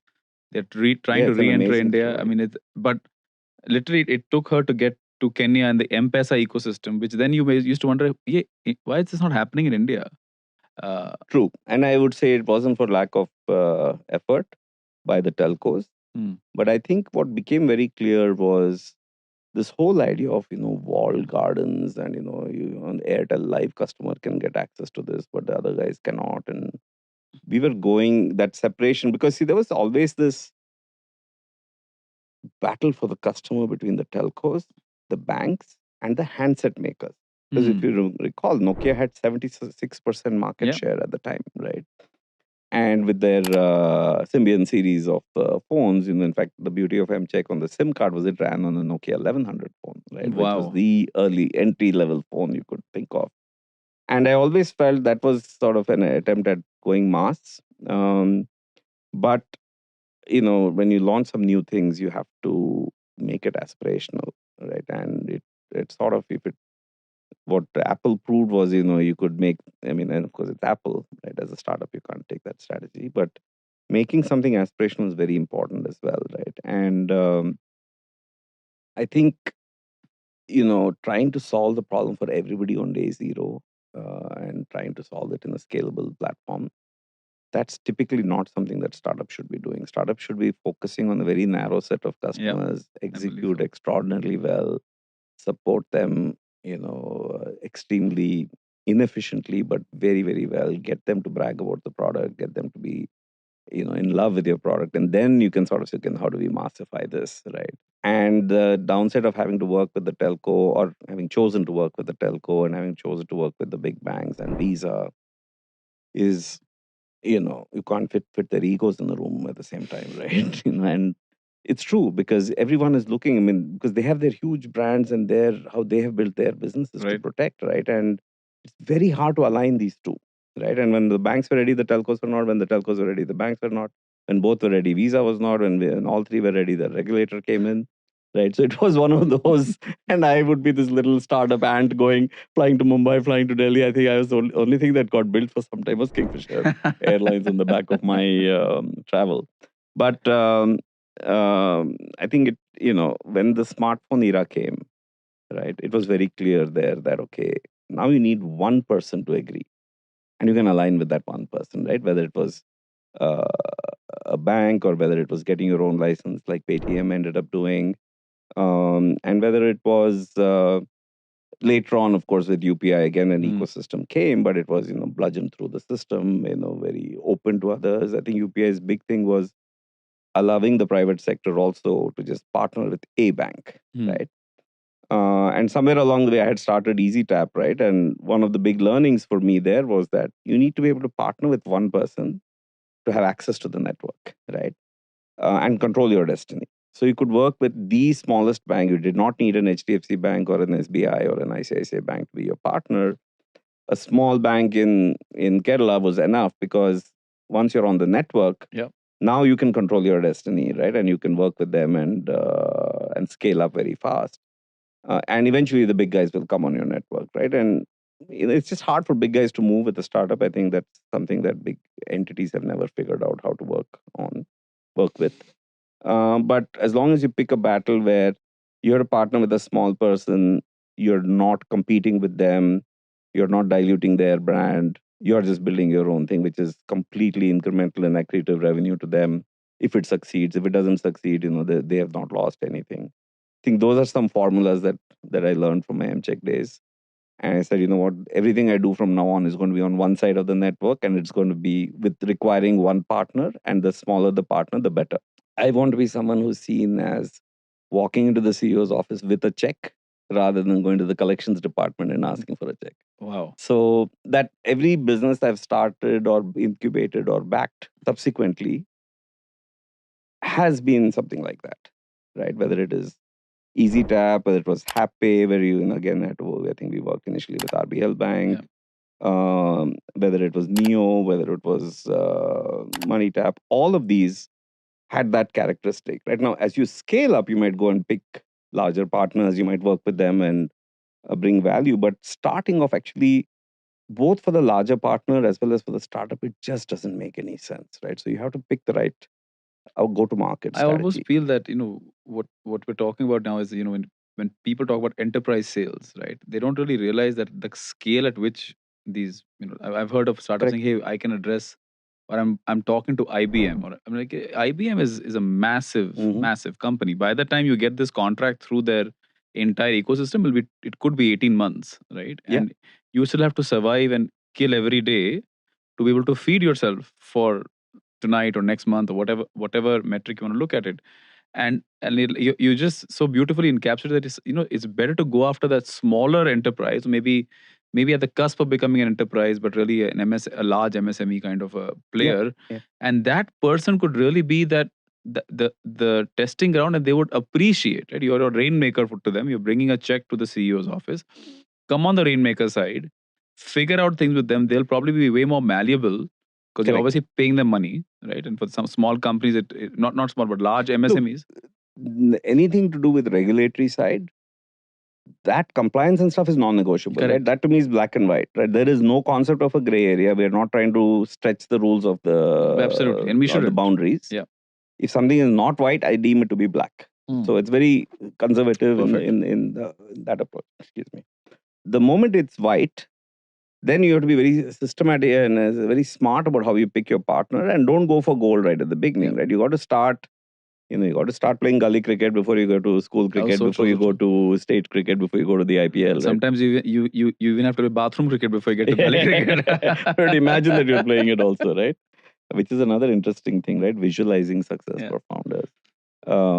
But I guess we'll come back to those things. So I think coming back to my journey a little bit there, I think there were a lot of these lessons learned. And so when I started doing things, so during the UID days, I started ZipDial with Valerie and Amia. I started EasyTap, and then Bobby and with Bhakta, and then Bobby came soon after. We had a 4-bedroom apartment, a villa in Koromangala, which was ZipDial, but the 4th bedroom and toilet were EasyTap. And so that's how I was able to work on the UID project as well as work on incubating 2 startups. Uh, I had some savings, 60 lakhs at the time, put 30 lakhs in one company, 30 in the other company. I went back to broke again. Of course, my wife was working, so that was a little bit of a cushion we had. And both played out, both panned out very well. ZipDial ended up being a good outcome to Twitter in 2015, and EasyTap recently to Razorpay. So, but you have to go all in. I think there is It's almost no. like your Elon Musk moment, right? Just to call your money and say, "Hey, I'm going to back these two I things." love how we use these big words. Nowhere there. For him, it won't even be the chiller lying in the sofa. But yes, you have to be all in, Yeah. right? At whatever scale. And I think that's the lesson here, right? I mean, ZipDial was a sort of mid 30 million scale outcome to Twitter. For whatever reason, as much as Karthik supported us and Unilaser supported us and Jungle supported us, and of course Prime, all of us had put personal money and it was not yet in the fund structure, we just couldn't raise big money. And as a result, a $30 million outcome was a huge outcome for everyone, right? I think the last person who put money in got a 2.4x in like 6 months. Wow. Right? In dollars, by the way. Right? So it really was spectacular for everyone around the table. And that's why that company, you'll see this on so many VCs pitch decks to their LPs, right? Because actually a lot of people helped build that company and everybody got a solid outcome, and IRR wise got a spectacular outcome. It was a very short gestation. EasyTap took much longer, of course. It was a 12-year journey. I didn't invest in both JustPay and Razorpay because I thought that at some point this would be one company. Little did I know that they would out execute us and then come back and acquire the company, but it's still a solid outcome. And I think that was an example of saying that, but we did things which had never been done and have never been done. So, right? We built point of sale terminals in India from scratch, right? Fully certified, Visa, MasterCard, EMV certified, etc. The things we learned, and I sort of was de facto product manager for this company for a long time, sitting with Bhakta and designing the terminal and, mandating it has to look like an iPhone. It cannot be any bigger than that. Yeah. But the testing they do on those devices to make them certified is mind blowing. They will actually insert a zero point 0.1 mil pin to try to see if they can reach the pin entry device terminal, and the device has to shut down, has to like permanently shut down, right? If it detects any of this, or they will grind the surface of it. So you take it to lab and they demolish your device every which way you go. And in some ways, that's been sort of the downfall of the card-based networks in India, because the bar was so high to enter, right? And so when UPI came out, it was a QR code, a static thing printed on a piece of paper, and you could receive money. It's no wonder that the Phone Pays and the Bharat Pays and the Paytms managed to like bludgeon this into the market. Paytm had already done it once with their proprietary one, and then subsequently with UPI, because the cost of servicing the customer went down dramatically, right? And it was like not even close, right? I mean, it was not, I don't even know how many orders of mine. It was basically free, right, to onboard the customer, and they could start receiving money, right? So I think that was the other thing, that proprietary is only good up to a certain point. And if you don't embrace the change early, you won't be around. Right. And I think in India, we have proven that over and over again. I remember when Nandan talked about the WhatsApp moment, he actually calls me out and says, "Hey, Sanjay, I'm sorry, but this is what it's going to do to EasyTap and, the terminal-based strategies, right?" Um, and, it just the speed at which things changed in India. It seems like sometimes, it takes generations to see a week of change. Sometimes it takes weeks to see generations of change, right? And that's what happened with UPI. It was an insane moment, and I think you were almost in the middle, because I think of this. Yeah. That was with my iSprit hat, right? And demonetization happened, and obviously a lot of stuff did not go well. But one of the outcomes of that ended up being that people said, "Hey, we need to perhaps use this opportunity, or say more from a requirement, to go digital in as every which way we could." And at that time there was a mad scramble because demon was going to end on December 30th, and we had to show something working. And the Just Pay team, Nikhil, who was later the Setu co-founder, Pramod, everyone put their heads together. I had a small role to play. I think it was mostly them at the time. Of UPI was already live, saying, "Let's build this app." And the app was called Bharat PAY, right? On the last day, it was changed to Bheem, right? And Bheem was launched the next day, right? And it was named apparently by the Prime Minister himself. So Bheem was launched, and then that momentum picked up, right? Because it was a very simple app. Yeah. You just had send, receive, and view your transactions. 3 buttons, right? And it worked. And again, kudos to the Just Pay team for just sort of rolling up their sleeves and doing this, just sort of the goodwill of wanting to make it happen. Because it was an independent app. It was not HDFC's app. It was not SBI's app. It was not PhonePe's app. It was not Paytm's app. It was a government app, right? And I remember it's a government app, website. but it's really built by tech geeks, right? So it had that finish. But the point that what I was trying to make is, the government websites, even today, some of them are terrible. Most of them, yeah. Yeah. And government websites are not known for data security, right? I mean, but here you had an app which I'm going to do financial transactions, and they got the whole and to their credit, got the whole country not only to trust them, but actually works. Yeah. I think that trust comes when it works. Yeah. Right. I used to always say, what's the marketing tagline for any startup? You can claim whatever you want, but the real marketing tagline is when consumers say it just works. Right? Because that people just assume you've taken care of everything else. Trust goes away when you get one SMS from one side saying transaction went through, and on the other side the guy says, "I've not got my confirmation SMS." Correct. Right? And now you're sitting there saying, "I bought this shirt, I need to wear it immediately for Anirudh's podcast." But that guy is saying, "I haven't got confirmation that the money has hit my bank account. How can I release this to you?" Right? And because I'm a total stranger to him. Correct. right? So these are things that, if everything just works, and if it doesn't work immediately, if you build the automatic, this is something we did in MCheck a lot. With the first system where if you paid your bill, Airtel had to open up APIs. Correct. In fact, there's some funny stories on that too. But they opened up these APIs where you could check the bill amount and you press a button, enter 4-digit PIN, and within 10 seconds, you'll get a confirmation. And if you check your bill amount, it'll say zero right after that. The new APIs were introduced because of us, actually, because we wanted that workflow to work. And IBM Research actually had won the Airtel contract. They were doing the new API implementation. And suddenly somebody got charged 1 lakh rupees instead of 1,000 rupees. What the heck happened? How's this possible? Our system was working flawlessly. One customer. It turned out that they were rolling out a new version of the APIs, and everything was going to be in paisa from now on, and not in rupees and paisa. And they had rolled it out in Calcutta or something like that, and somebody had to pay 1,006 rupees. I ended up paying 1,06 rupees, 600 rupees, and the bill and the card went through. So then we had to say, okay, can you reverse the API? Of course, one transaction we could reverse. And I said, no, this is the new API we're rolling out. We'll call you the previous night and tell you which circle we're going to roll out, and then we had to also build some logic to say, okay, is it on the old API or the new API and stuff. And when you think about the fact that recently somebody at Citibank, I think, transferred something like $38 trillion, right? How did that transaction even go through? See, these are the things where the banks actually have some pretty mature systems, although they might have been sort of not so well done. The maker checker concept, etc. Right? I mean, now you understand the reason for some of these things, right? It could be fraud, it could be collusion, it could be just a mistake. And then these mistakes can be really costly. But I think you were also going through some sort of a founding inertia at the time, because you had Zip Dial, EasyTap, and then you also started Angel Prime.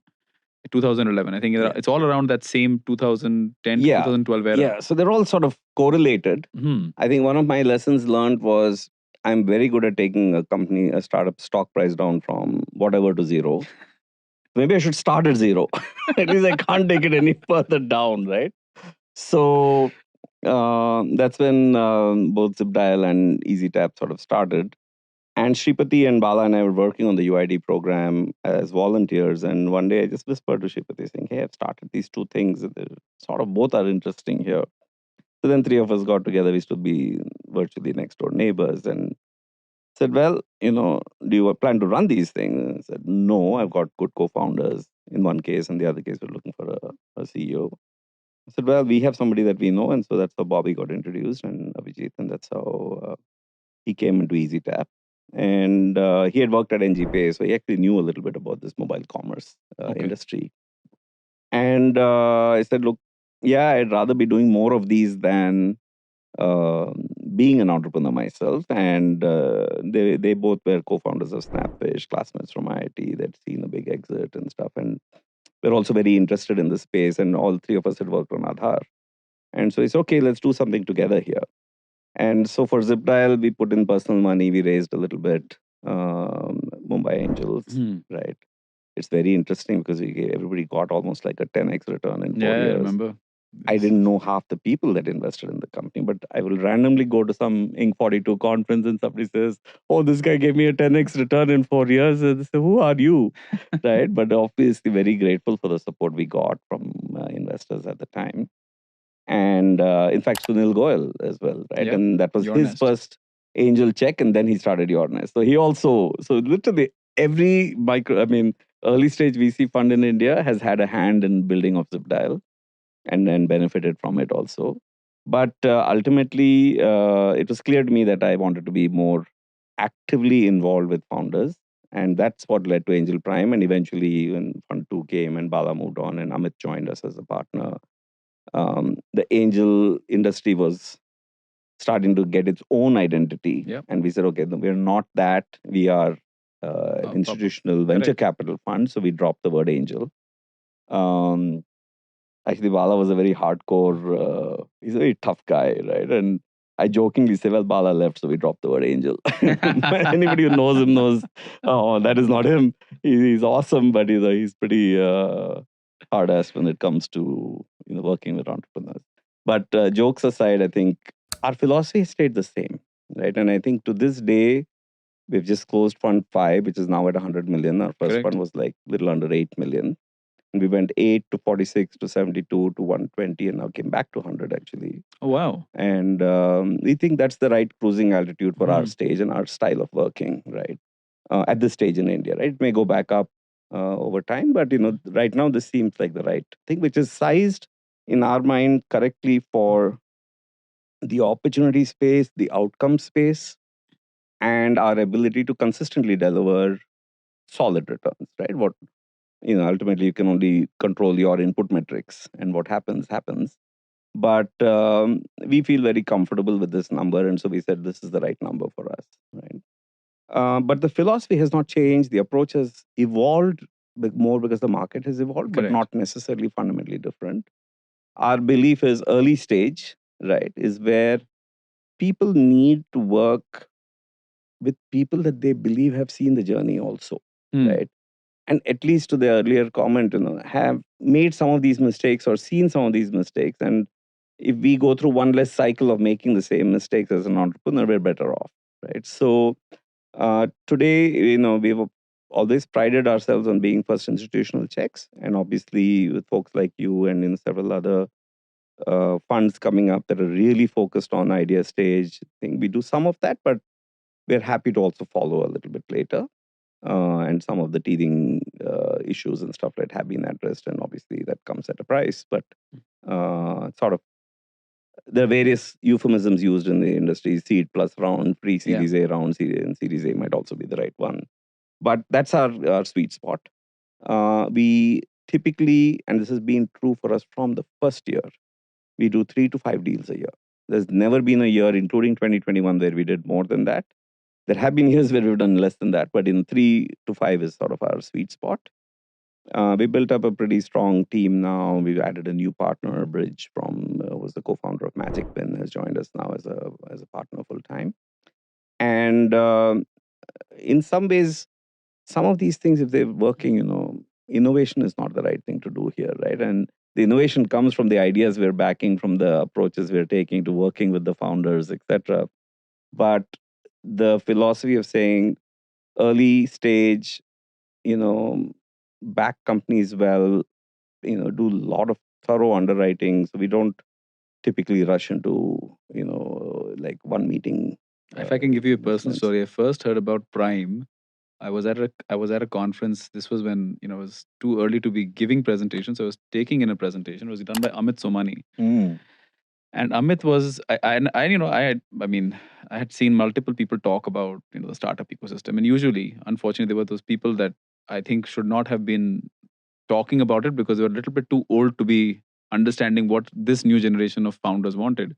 And there you had Amit Somani, and he was doing this insanely specific, precise presentation, which I don't think most of the audience got, but was I was completely enamored, and it was my I think it was that was the moment when I said, if I was ever going to do a presentation, it has to be backed by the kind of data that this person. I had no idea who Prime was by the way, right? Because I don't think Prime was in the habit of really tom-tomming a lot, right? There was amazingly insane bets. Yeah. People tell us you're the best kept secret in Yeah. India. So it's not really by intent, but thank you. It's sort of a backhanded compliment. But when I saw that, I was like, the amount of information that he gave out, I think he was only on stage for like 15 or 20 minutes, what I remember. Yeah, he is intense. Intense. It was, and I've seen him 2 or 3 times present, and it was really, really amazing to know that there was someone in India that had that level of conviction and the level of detailing into a thesis. And I've realized over a period of time, and obviously now we interviewed Varun for one of our podcasts a couple of weeks ago, that quite honestly, the Prime really puts a lot of high conviction stuff into every bet it makes. It's not just trying to spray and pray, which has been sort of the buzzword in our ecosystem, unfortunately, over the last 10 years. Is spray and pray. Go make 100 deals before you even figure out what's going to happen. But I felt that Prime really, I'm not sure if it's because you were an entrepreneur and the other people in the team are also entrepreneurs turned investors, that you really go very, very deep into companies. Like, what's been the key there? Is it the founder led journeys that led to founder turned investor things that have led to it, or what's been the case there? I think a lot of it is first-hand experiences, of course, right? And it's also ultimately, we're three partners. Now we've added Bridge, right? Acha. But otherwise, we're three partners here, and then Raj and Ashish, who are what we call partner emeritus, but pretty actively involved with us. I always say that, I would never be able to raise funding from Prime if I had to pitch a startup of my own, right? And my two partners, Sripati, is extraordinarily analytical, amazing when it comes to metrics and so on, right? Of course, he's a great board member, but broadly, that's his sort of like, he stands out. Amit, probably the best product brain in India, right? And, he can understand tech at the lowest of levels, both he and Sripati actually, right? And he can also be the big thinker, right? And I am the dreamer, right? I'm the tagline guy. And every founder comes, I give them some new tagline, some new ideas, and partners are like, "Where are you? Don't give the ideas right now after we invest in them," right? But we all have this philosophy that every founder we meet has got to succeed, has got to take one thing out of the meeting. Yep. Whether we invest in them or not is people invest in 4 companies a, we meet 4,000 technically speaking. So probability is actually very low, but when you do it, we have to be all in. Yeah. So our model to this day is all partners work with all companies, right? And so now you can't have too many companies. Right. So to this day, we have, maybe less than 50 companies that we have ever backed over 14 years. Wow. But when we're in, we're all in, right? We might have all our disagreements prior to, pulling the trigger. But after that, there's no conversation of, hey, I told you this was never going to work. Right? It's like we're all in, and the founder can reach out to anybody. So Mudit, who's down the road here at Dozy, he was once telling me, wanted some thesis on how to build his org and stuff like that. The biggest org I built was 4 people, right? And we all got fired. So, I'm not very good at it, right? I said, why are you talking to me? The god of org building is Mr. Amit Somani. Just reach out to him. So he came and met Amit in our office. And I didn't even know Mudit was coming to meet Amit. I bumped into him in the restroom saying, oh, what are you doing in the office? He said, oh, I've come to meet Somani. Oh, wow. Right. So, and we're totally cool with it. Right. And the same thing is true when it comes to fundraising. Probably I will go through every single deck and, work with every founder and say, okay, no, this is how we should say it, things like that, which I feel is sort of my X factor, if I might bring to the table. But it doesn't matter if Amit led the deal or Shipati led the deal or now Bridge led the deal, right? So we play this as a team sport. And all our incentives are only aligned to making every single investment we invest in as successful as possible. So it really doesn't matter who was the lead partner on it. The external world might say, oh, Shripati Acharya on the board of quizzes did an amazing job there. Amit wasn't even in the fund that invested in quizzes, but he still spends a ton of time. So we just have said, there are no boundaries here for what you can do to help, but help we must, right?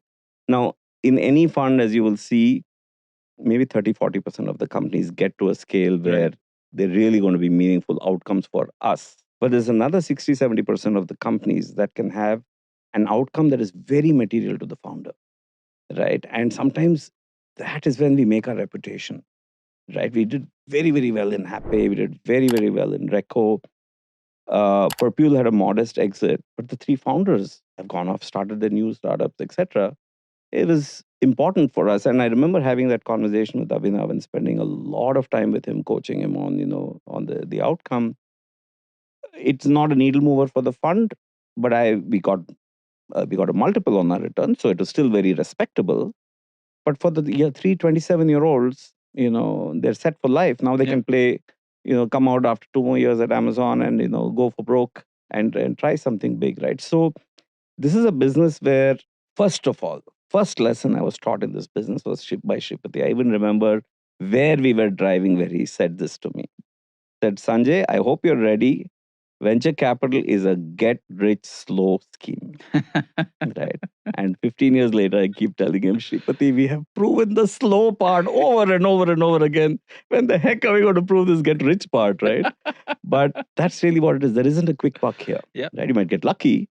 But outside of that, it's really going to take its time. In fact, that is the title of the book I plan to write someday. And I've registered the domain getrichslow.vc.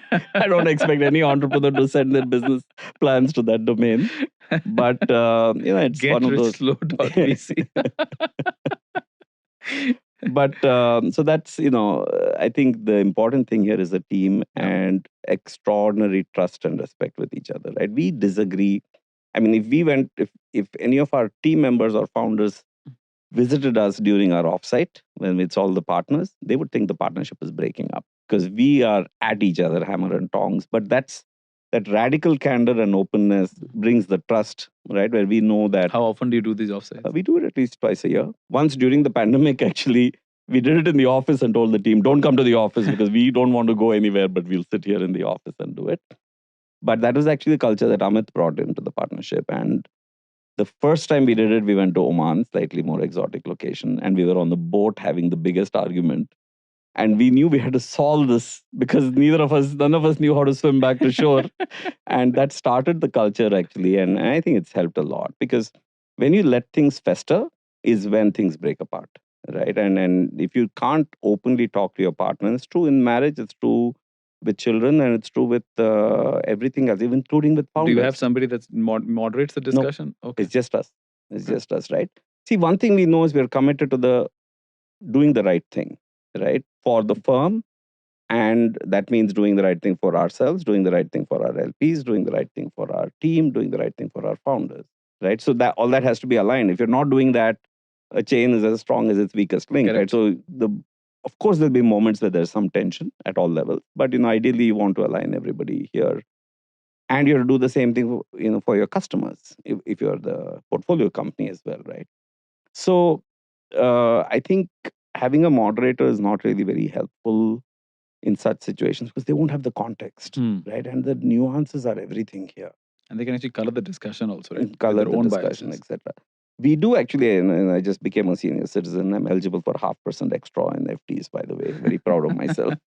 But even at this stage, you're also eligible for 10% discount on all Marriott properties. And 600 rupees on Indigo. I can upgrade to row 13C, at no cost now. So effectively, right? I mean, these benefits I was like, if this is what becoming a senior citizen was, I should have done it earlier. Why did I wait till changed your birthday on the Aadhaar card earlier also? You were part of it. No, such luck. But I always tell people, who make fun of me, I said, if I tell you all the benefits, you'll want to be 60 before you realize, sooner rather than later. But having said that, I think we're still starting a new executive coaching session, right? Which is something which I think is a thing Amit was a big proponent of. I was completely a non-believer. But I've seen the change in teammates. I've seen the change in founders. And now I'm like, wow, it's the first thing we should be telling founders to do, right? It just makes such a difference to their... Tell us a bit about this executive coaching. So executive coaching, I think I always thought it was only in big companies where this stuff is. And IBM, Amit has had a lot of experience at IBM and Google and Make My Trip and so on. But I think even for entrepreneurs, right, this self-awareness and, building a team and knowing when to, the first thing I was told yesterday was, adapt, alter, accept, and I always forget the fourth one. These are personality, these are things we can control, right? Quite often we are in a business where we can't control our outcomes. You can only control the journey. You can not control the journey. You can't control the outcomes. You can only control what you do, and hopefully you get to enjoy the journey, right? And in controlling what you do is how you react to a situation when the customer is being a jerk. How do you handle that situation? I think we all can learn at all times, right? Like today when you and I got stuck in traffic there because the street was too narrow and I had an Innova in front, you could have been honking at me from your cab at the back. We both realized the bigger purpose was showing up here on time and, and being calm about it. And quietly got out of the car. Maybe 5 years ago, I would have probably yelled at the guy saying, how are you parking your scooter across this narrow street? Can't you park it sideways or whatever? But in all of these, that's a very trivial example to say there will be irritants, right? Eyes on the prize, focusing on the big things and being able to step back very quickly and calmly comes naturally to a few people, doesn't come naturally to people like me. I'm a super emotional guy. Shripati is like ultimate calm, right? He's like such a calm guy. It's like really sometimes irritatingly calm, right? It's like, how can you not be upset by this? What did you do to for this situation to arise? And the answer is nothing, right? So I think when we have such situations, people these are team members that you want to be very, you want to complement yourself with such people, right? And I remember talking to Nandan about the Infosys team. He used to always tell me, right, it's like everybody's very different. There's a common goal and common integrity, ethics, all of those things. The value system was very common, but skills were actually very complementary, right? And that's how you build a strong team, where you actually look for what is dissimilar about the person. When you look at a founder also, it's very easy to naively say, well, IIT, IIM, blah, blah, blah, all these, pattern matching things. But really, in early stage, you're looking for the one exceptional thing. Yeah. Right? Because we're not looking in venture capital to say what will make sure this thing doesn't go down. We're saying what's that one pointy profile, right? That's going to make this thing an outrageous success, right? And so when you're building teams, and as we discuss in our offsites, for example, or with executive coaching and stuff, it's really helping founders and VCs and ourselves in life also focus on the big prize in a particular point in time and ignore their returns, right? And I think that's what I'm looking to get out of this. We just started a new session starting Is that executive coaching done by somebody in-house, or is it? No, that is out. That there are professionals. This is a professional thing. Okay. And we're also doing this in this case as a team. So we're kind of all going to the same coach. Oh, very interesting. We'll see, how it works out. I might have to steal this coach's details from you, because Oh, that's that's- something that I've always wanted to get done. That you just have to fund one of our companies. Done. but I think one of the things I definitely want you to talk about, because and I think Sudhir Sethi said it best, right? That eventually we're also venturepreneurs, right? We are entrepreneurs. We're just running a venture fund, and most people don't realize that it's much more difficult to raise capital to fund startups than to raise capital to fund a startup, right? It's been my learning that because you're trying to convince someone that you have the ability to do something that they may not be able to do so, or you at least have better access to something. But in this journey, you've picked up partners along the way, right? How have you picked these partners? And I'm talking very, very specifically for founders, because I feel sometimes they either pick someone that looks or talks like them, or they pick somebody that they don't know at all but sounds logically the right thing to do. I've also had situations where a founder was forced upon a team by the accelerator or the seed investor, because that particular investor wanted better control on that team, right? And India typically, I would say, just I'm not really quoting any stat, but I would imagine 80% of Indian startups are more than two founders, which is very different than what I've seen in the US, but typically it's more one founder led ecosystems. But you've done this, and you've done this really well. You've picked up some really amazing partners along the way. How do you choose these people? How and do you need to have some history with them before they come on as a partner? What's been the methodology? Yeah, I think it's almost no different from backing founders as well, right? So a lot of common things here. I think trust, right, has to be established. Okay. Right. And that means that can happen in one meeting, right? But it's rare, right? I mean, even if it does, this is probably a big enough decision that you want to, although I had an arranged marriage, met my wife for an hour in a group, and then the next day proposed to her, and we got married in 10 days. So I've done that also, 33 years now. So that is a bit too late now. All the warranty periods and all that are done. But I think in life, in fact, I even tell founders, picking your seed stage or early first investor is harder than marriage, because there's no way out, right, of this relationship in some ways. I think definitely, I think Sachin Bansal had once posted a tweet: if there's any doubt, there's no doubt, right? You just can't hire somebody, or you can't partner with somebody. If there's any doubt, there's actually no doubt. Right? There cannot be any doubt, right? And I think each one has a different threshold for what they're willing to evaluate to make a decision, and what they're willing to say, once I've made this decision, whatever else comes, this decision is made and it's irreversible, right? As a partnership, thankfully, my other two partners have a much higher threshold than me. So I'm always the one sort of I go by gut feel. And in fact, even when we evaluate deals, even if I'm leading the deal, Shripati will know the metrics better than me. Amit will know the team better than me. Because to me, I come out of a meeting, I almost don't remember what the founder said. I just come out, is it a thumbs up or a thumbs down for me, right? That's my only thing I'm looking for. Can I trust this human being at the other end? And do they believe what they're saying? Right? That's all. Are they saying it because they think I need to hear it? Or are they saying it because they believe in it? Right? Trying to meet some hashtags to make sure that, yeah. Yes, right. So one of my secrets, and if founders listen to it, is I only look people in the eye. Because to me, the mouth can say whatever it wants to say, or the brain wants it to say, but the eyes can never lie. Yep. Right. So when you're looking somebody in Wow. the eye, and when I do a Zoom call, what people don't see is I have a 42-inch monitor, and the founder who's pitching me is like 90% of that screen. And I am literally just focused on one thing. Do they believe what they're saying? And are they truthful about what they're saying, right? I mean, eventually we'll evaluate all the other things. And I'm saying this as a broader answer to your question specifically about partners. But I think that's the trust you need to build up, right? Because a lot of the evaluation of, how did you do this? What did you do in this situation, etc., that comes out conversationally. But really, the past of, that you built a startup is completely irrelevant to becoming a partner in a VC fund.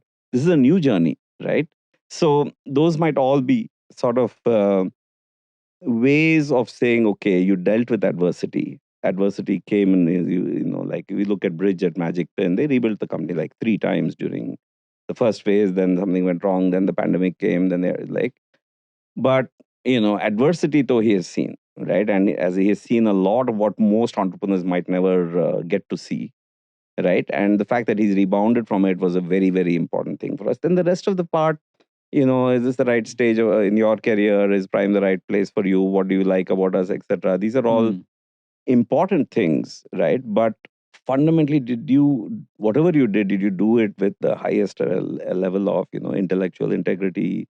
With the did you do things sort of thoughtfully or knee jerk? When are you capable of doing things sort of as a instinct based without having all the data? We are in the business where the stage at which you and I invest in companies, there's no data. So what are you going to look at? Right? Some maybe now we do a little bit later stage also, so we do have a little bit of data, but you can't draw a line from here to there, right? So you have to believe that these founders are going to carry the dream, or these partners are going to stick with you for a long period of time, and that you're going to enjoy doing it. Yeah. Right? Would you go out on a holiday with this person, right? Would you go out to dinner? Right? If you had one free evening, would you say, let's go out and have dinner together? Right? These are, you just cannot say, okay, this is a relationship in the office and it starts the Nothing next year, outside, right? yeah. This is such a boutique thing, right? And the other thing, with a small VC fund in that sense, is there's no place to hide, right? You can't say, okay, I don't like Sanjay Swamy, but that's okay. I've got enough work to do. Sorry, if you come to Prime, you got to like Sanjay Swamy, right? And Sanjay Swamy has to like you as well. Yeah. Because we are, investment team is 8 people, and we just keep seeing each other whether you like it or not, right? So I think a lot of these cannot be quantified, but you have a feeling for it. And I think I always say trust the first impression, right? Gut instinct, right? That has never been a situation where I was like turned off by somebody, but then said, oh, maybe it is a good company after all, right? Or a good person to be with after all. The first time matters a lot. Over a period of time, that might say, oh, I didn't see this part about this person. And that's where the evaluation phase is. But finding a partner in a venture capital fund, especially, is a huge decision, right? So you have to check references, you have to have everyone. So maybe the one thing we say is, and this is true with funding also, everybody has a veto, right? Right. So nobody should be vetoing. Some might be a strong yes, some might be a weak yes, some might even be a weak no. But are you a veto or not is a complete independent decision. And we will never do something where one of the partners is vetoing, right? We may lose a lot of money in the process because somebody was a veto. But that is the trust that we have in the partnership, right? This is the price of being in a team, right? There are a lot of pluses, but the downside is that I'm so crazy about this company, and Somani will be like, no, I don't think it's a good thing. And Shripati will say, yeah, I'm also, I'm not sure about this, right? And I'm like, hallelujah, I thought this is the greatest thing, right? But you can't do it, right? And we don't do any angel checks. Right. So we've kept that very simple. We're completely personal aligned with our checks, LPs. There is no thing. It's either a prime deal or it's not a prime deal. And I can do whatever I want in my power to convince them. And they're all reasonable guys too, right? So I can sit and debate on this thing, and they will turn around. Many a time they have turned around, right? And somebody's like, oh, wow, I didn't think about it that way. Maybe it's interesting. If they did this, this, and this, it could work. Let's monitor it for some time. These are conversations that we will have. And many a times we have been able to convince each other. But you can't, if you can't convince each other, how the heck are you going to be a high conviction investor, right? Because once we're all in, It should be now all in. Swamy will do whatever he wants to do to back a company that I've led. I'll do everything to back a company that he's led. We're never going to question again, why did we do this deal, right? We may learn from it and say, okay, this ended up, you were right. Ended up being something that we should have caught earlier and you had flagged it. So next time we will pay more attention to each other, right? But these are things that they happen in this business, but there is never a question of trust, right? I know fully well that if I'm turning down a deal that he's very excited about, it's because I fundamentally believe it's the not right for us, or we are not the right investor for this company, or it may not be a good opportunity. And if I don't speak the truth, then I'm letting my partner down. Yeah. Right. So we can argue, we can debate, whatever, but the truth, and we make sure that everybody in the team has the opportunity to speak the truth. Obviously, voting is only with the partners, but that is the culture we've kept. Truly amazing. I think one of the things, and I'm probably going to be the pesterer now because it's time for me to also learn how to bring on a partner. I'll be getting you onto my podcast for that. No, I think it truly has been such an enlightening episode. It's because it's very rare, I would say, to have someone who's literally seen so many different facets of life across the world, across multiple venture ecosystems, been part of the US venture ecosystem at a very personal level. Obviously, had bore the brunt of it, right? To have $1 million mortgage and then to get laid off, it's obviously the scariest thing. And you've done this 3 or 4 times in life. I can Not almost the $1 million mortgage, but I mean, yeah, but going yeah, broke, yes. going broke multiple times. That's what I meant. Like you've done that, and it truly is testament that the way you back your founders and the way you're thinking about it is a collection of all these experiences you've had. And I just love the way you just talked about how to find a partner. It's not just a venture capital fund partner, which I think, and like you correctly said, is very, very important, because it's not just about your money anymore. It's about third party capital, and you cannot bring in a wrong partner because you're managing other people's money, other people's aspirations with that money. And if you think about what LPs are, wherever they are from, generally they're at a stage where they're not doing this to get a return so they can buy a new car or take a new vacation. They're buying it because this is really part of their legacy, and it's the good they want to do, maybe build a new school or build a new hospital or something like that. So that's always, I would say, this is a day where you have this is a job where you have more frustrations than thing. When the day starts, I look at my WhatsApp. If I have good news, I'm actually very unhappy because I know some bad news is coming during the day. Better to go back to sleep. But if the day starts with bad news, it's like, okay, something good is going to happen today, right? So it's kind of one of those businesses. But the long-term motivation is that whatever we are doing is going to hopefully make the world a better place for a large number of people. The hard work that we're doing, my plumber's daughter got a scholarship at one of the top universities in the US to do a PhD in computer science. Wow. I won't name them, but they're also an LP of ours. And I looked and said, you know what? We slog, we give them great returns. They're able to afford another fellowship. And it's going to come back to someone else in India potentially. Okay, that gives meaning to what we're doing. So right? like More entire than anything. karmic circle Complete circle there, right? Yeah. So I was thinking about that, saying, well, ultimately, what is really happening at some point, we will all be fortunate enough, some sooner than others, to be in a situation where we're not doing this just for pure financial outcomes for ourselves, right? But the impact it's going to have is just phenomenal. And now we look at saying, how many high-end jobs are we creating in India? How many people's lives are we changing? I look at a company like MyGate, for example. Yeah, it caters to gated communities and this thing. But it does so much for digitizing the Aya Buy Cook Driver segment.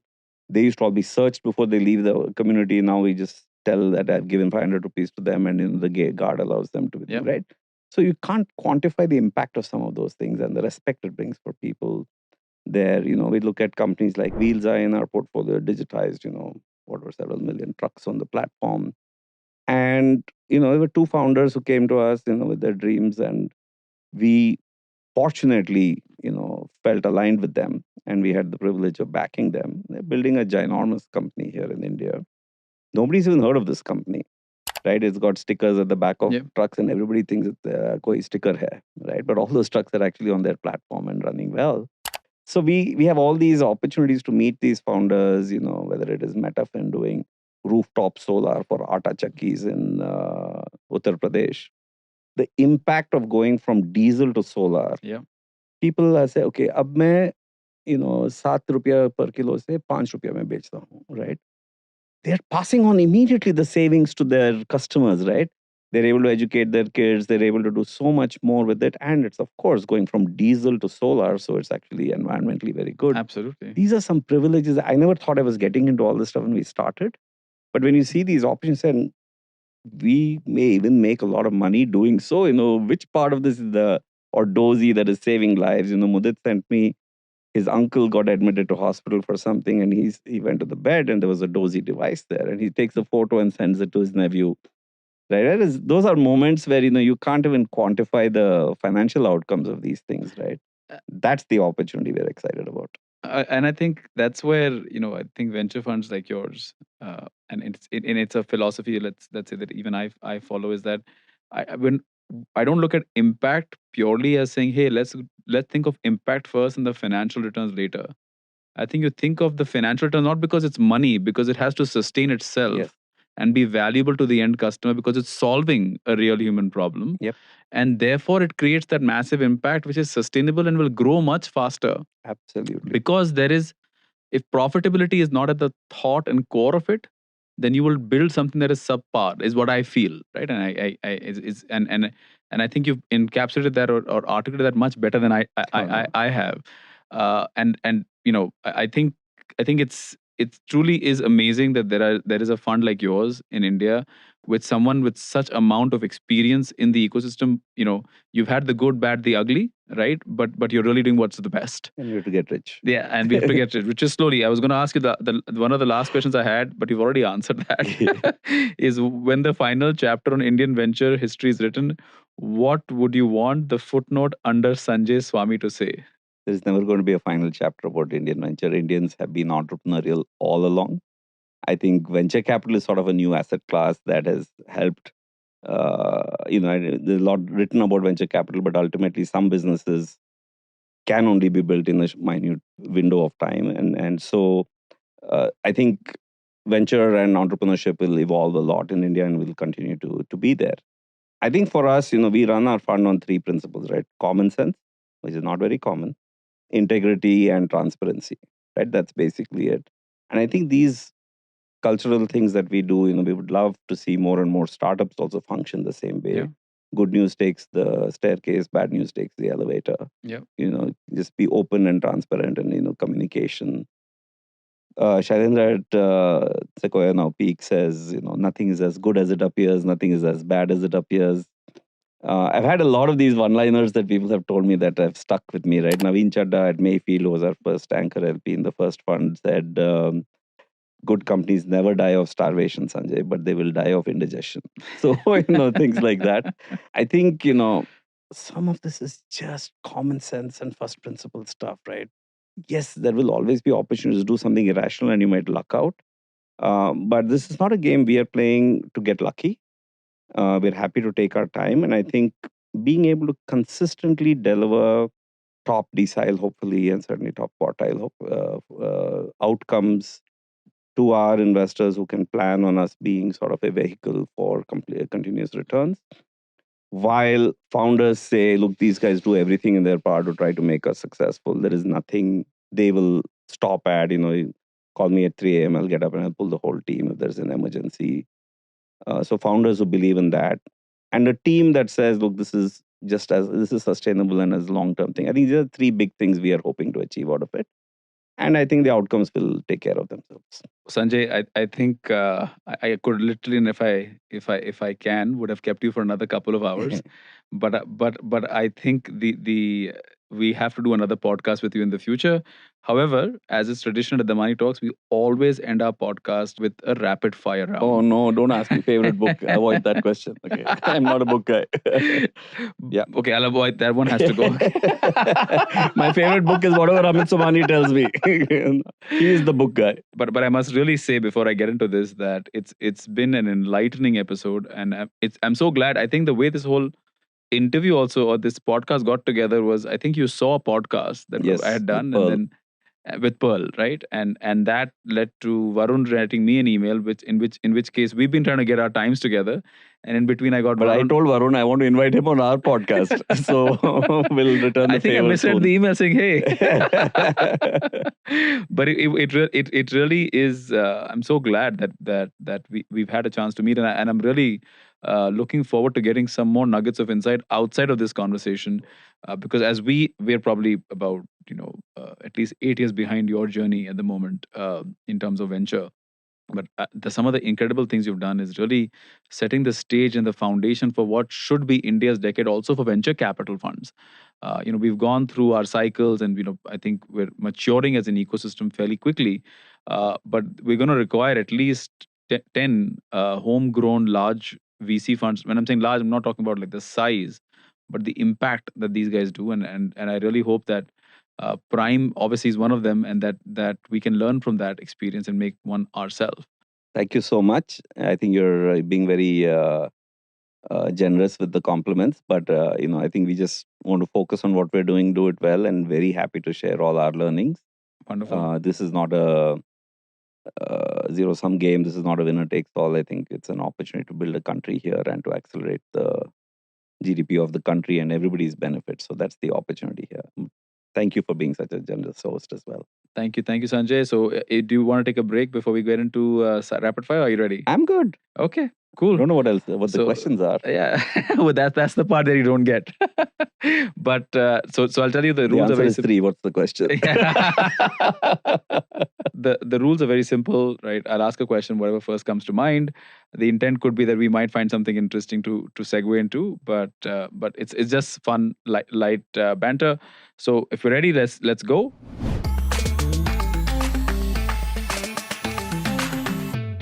First question: what's the first thing you touch when you wake up? My cell phone. Yes.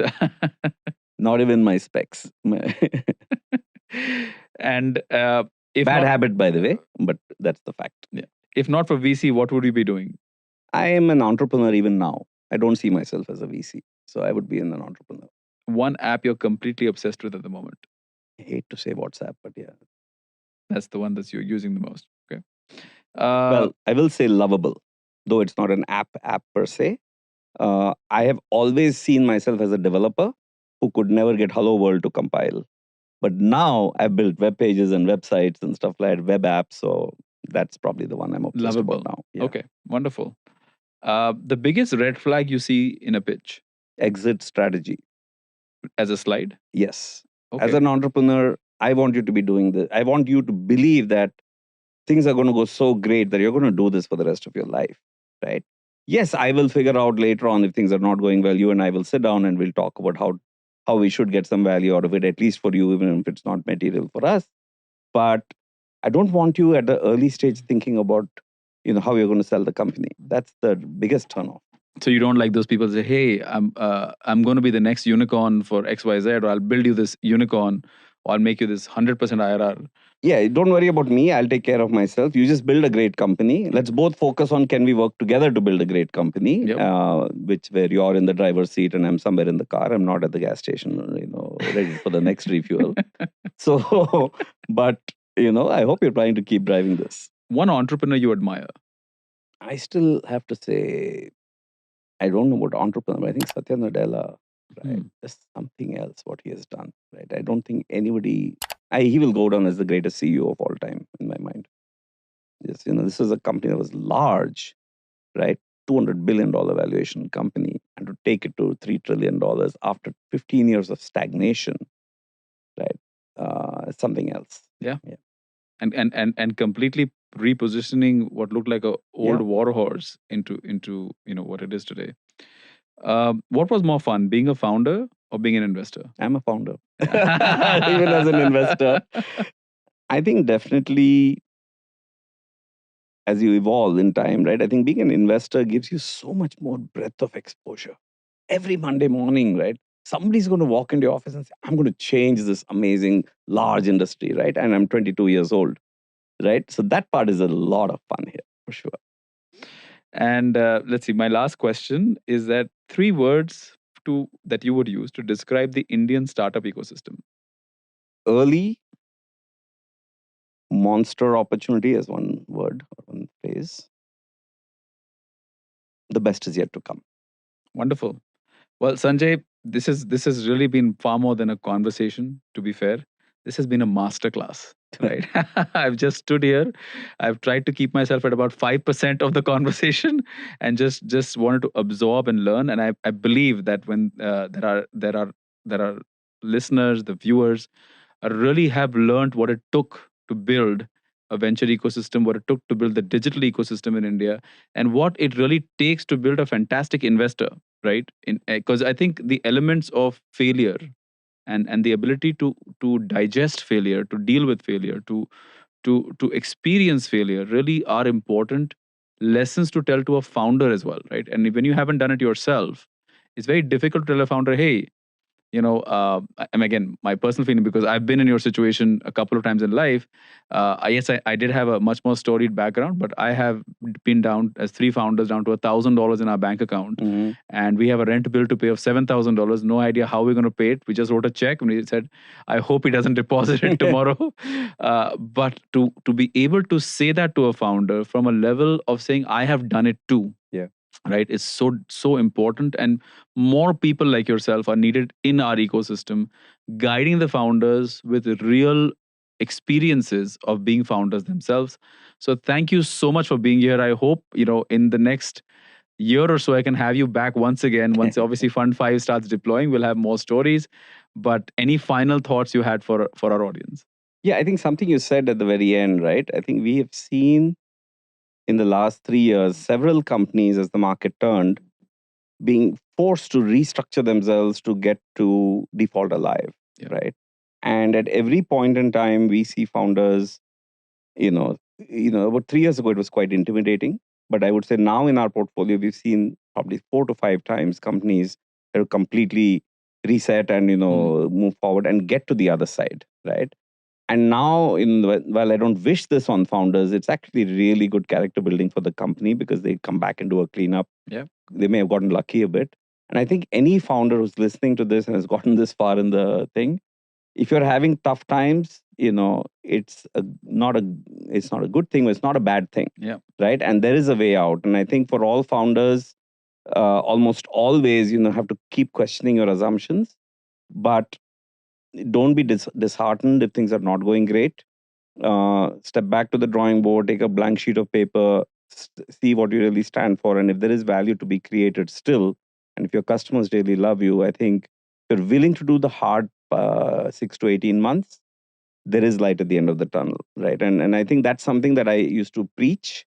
Now I believe it because I've seen it multiple times now, and companies come out that much stronger. Yep. So I think that's the only message I have. And we are staying, as I said, monster opportunity ahead of us. Best is yet to come. And thank you for having me on the show.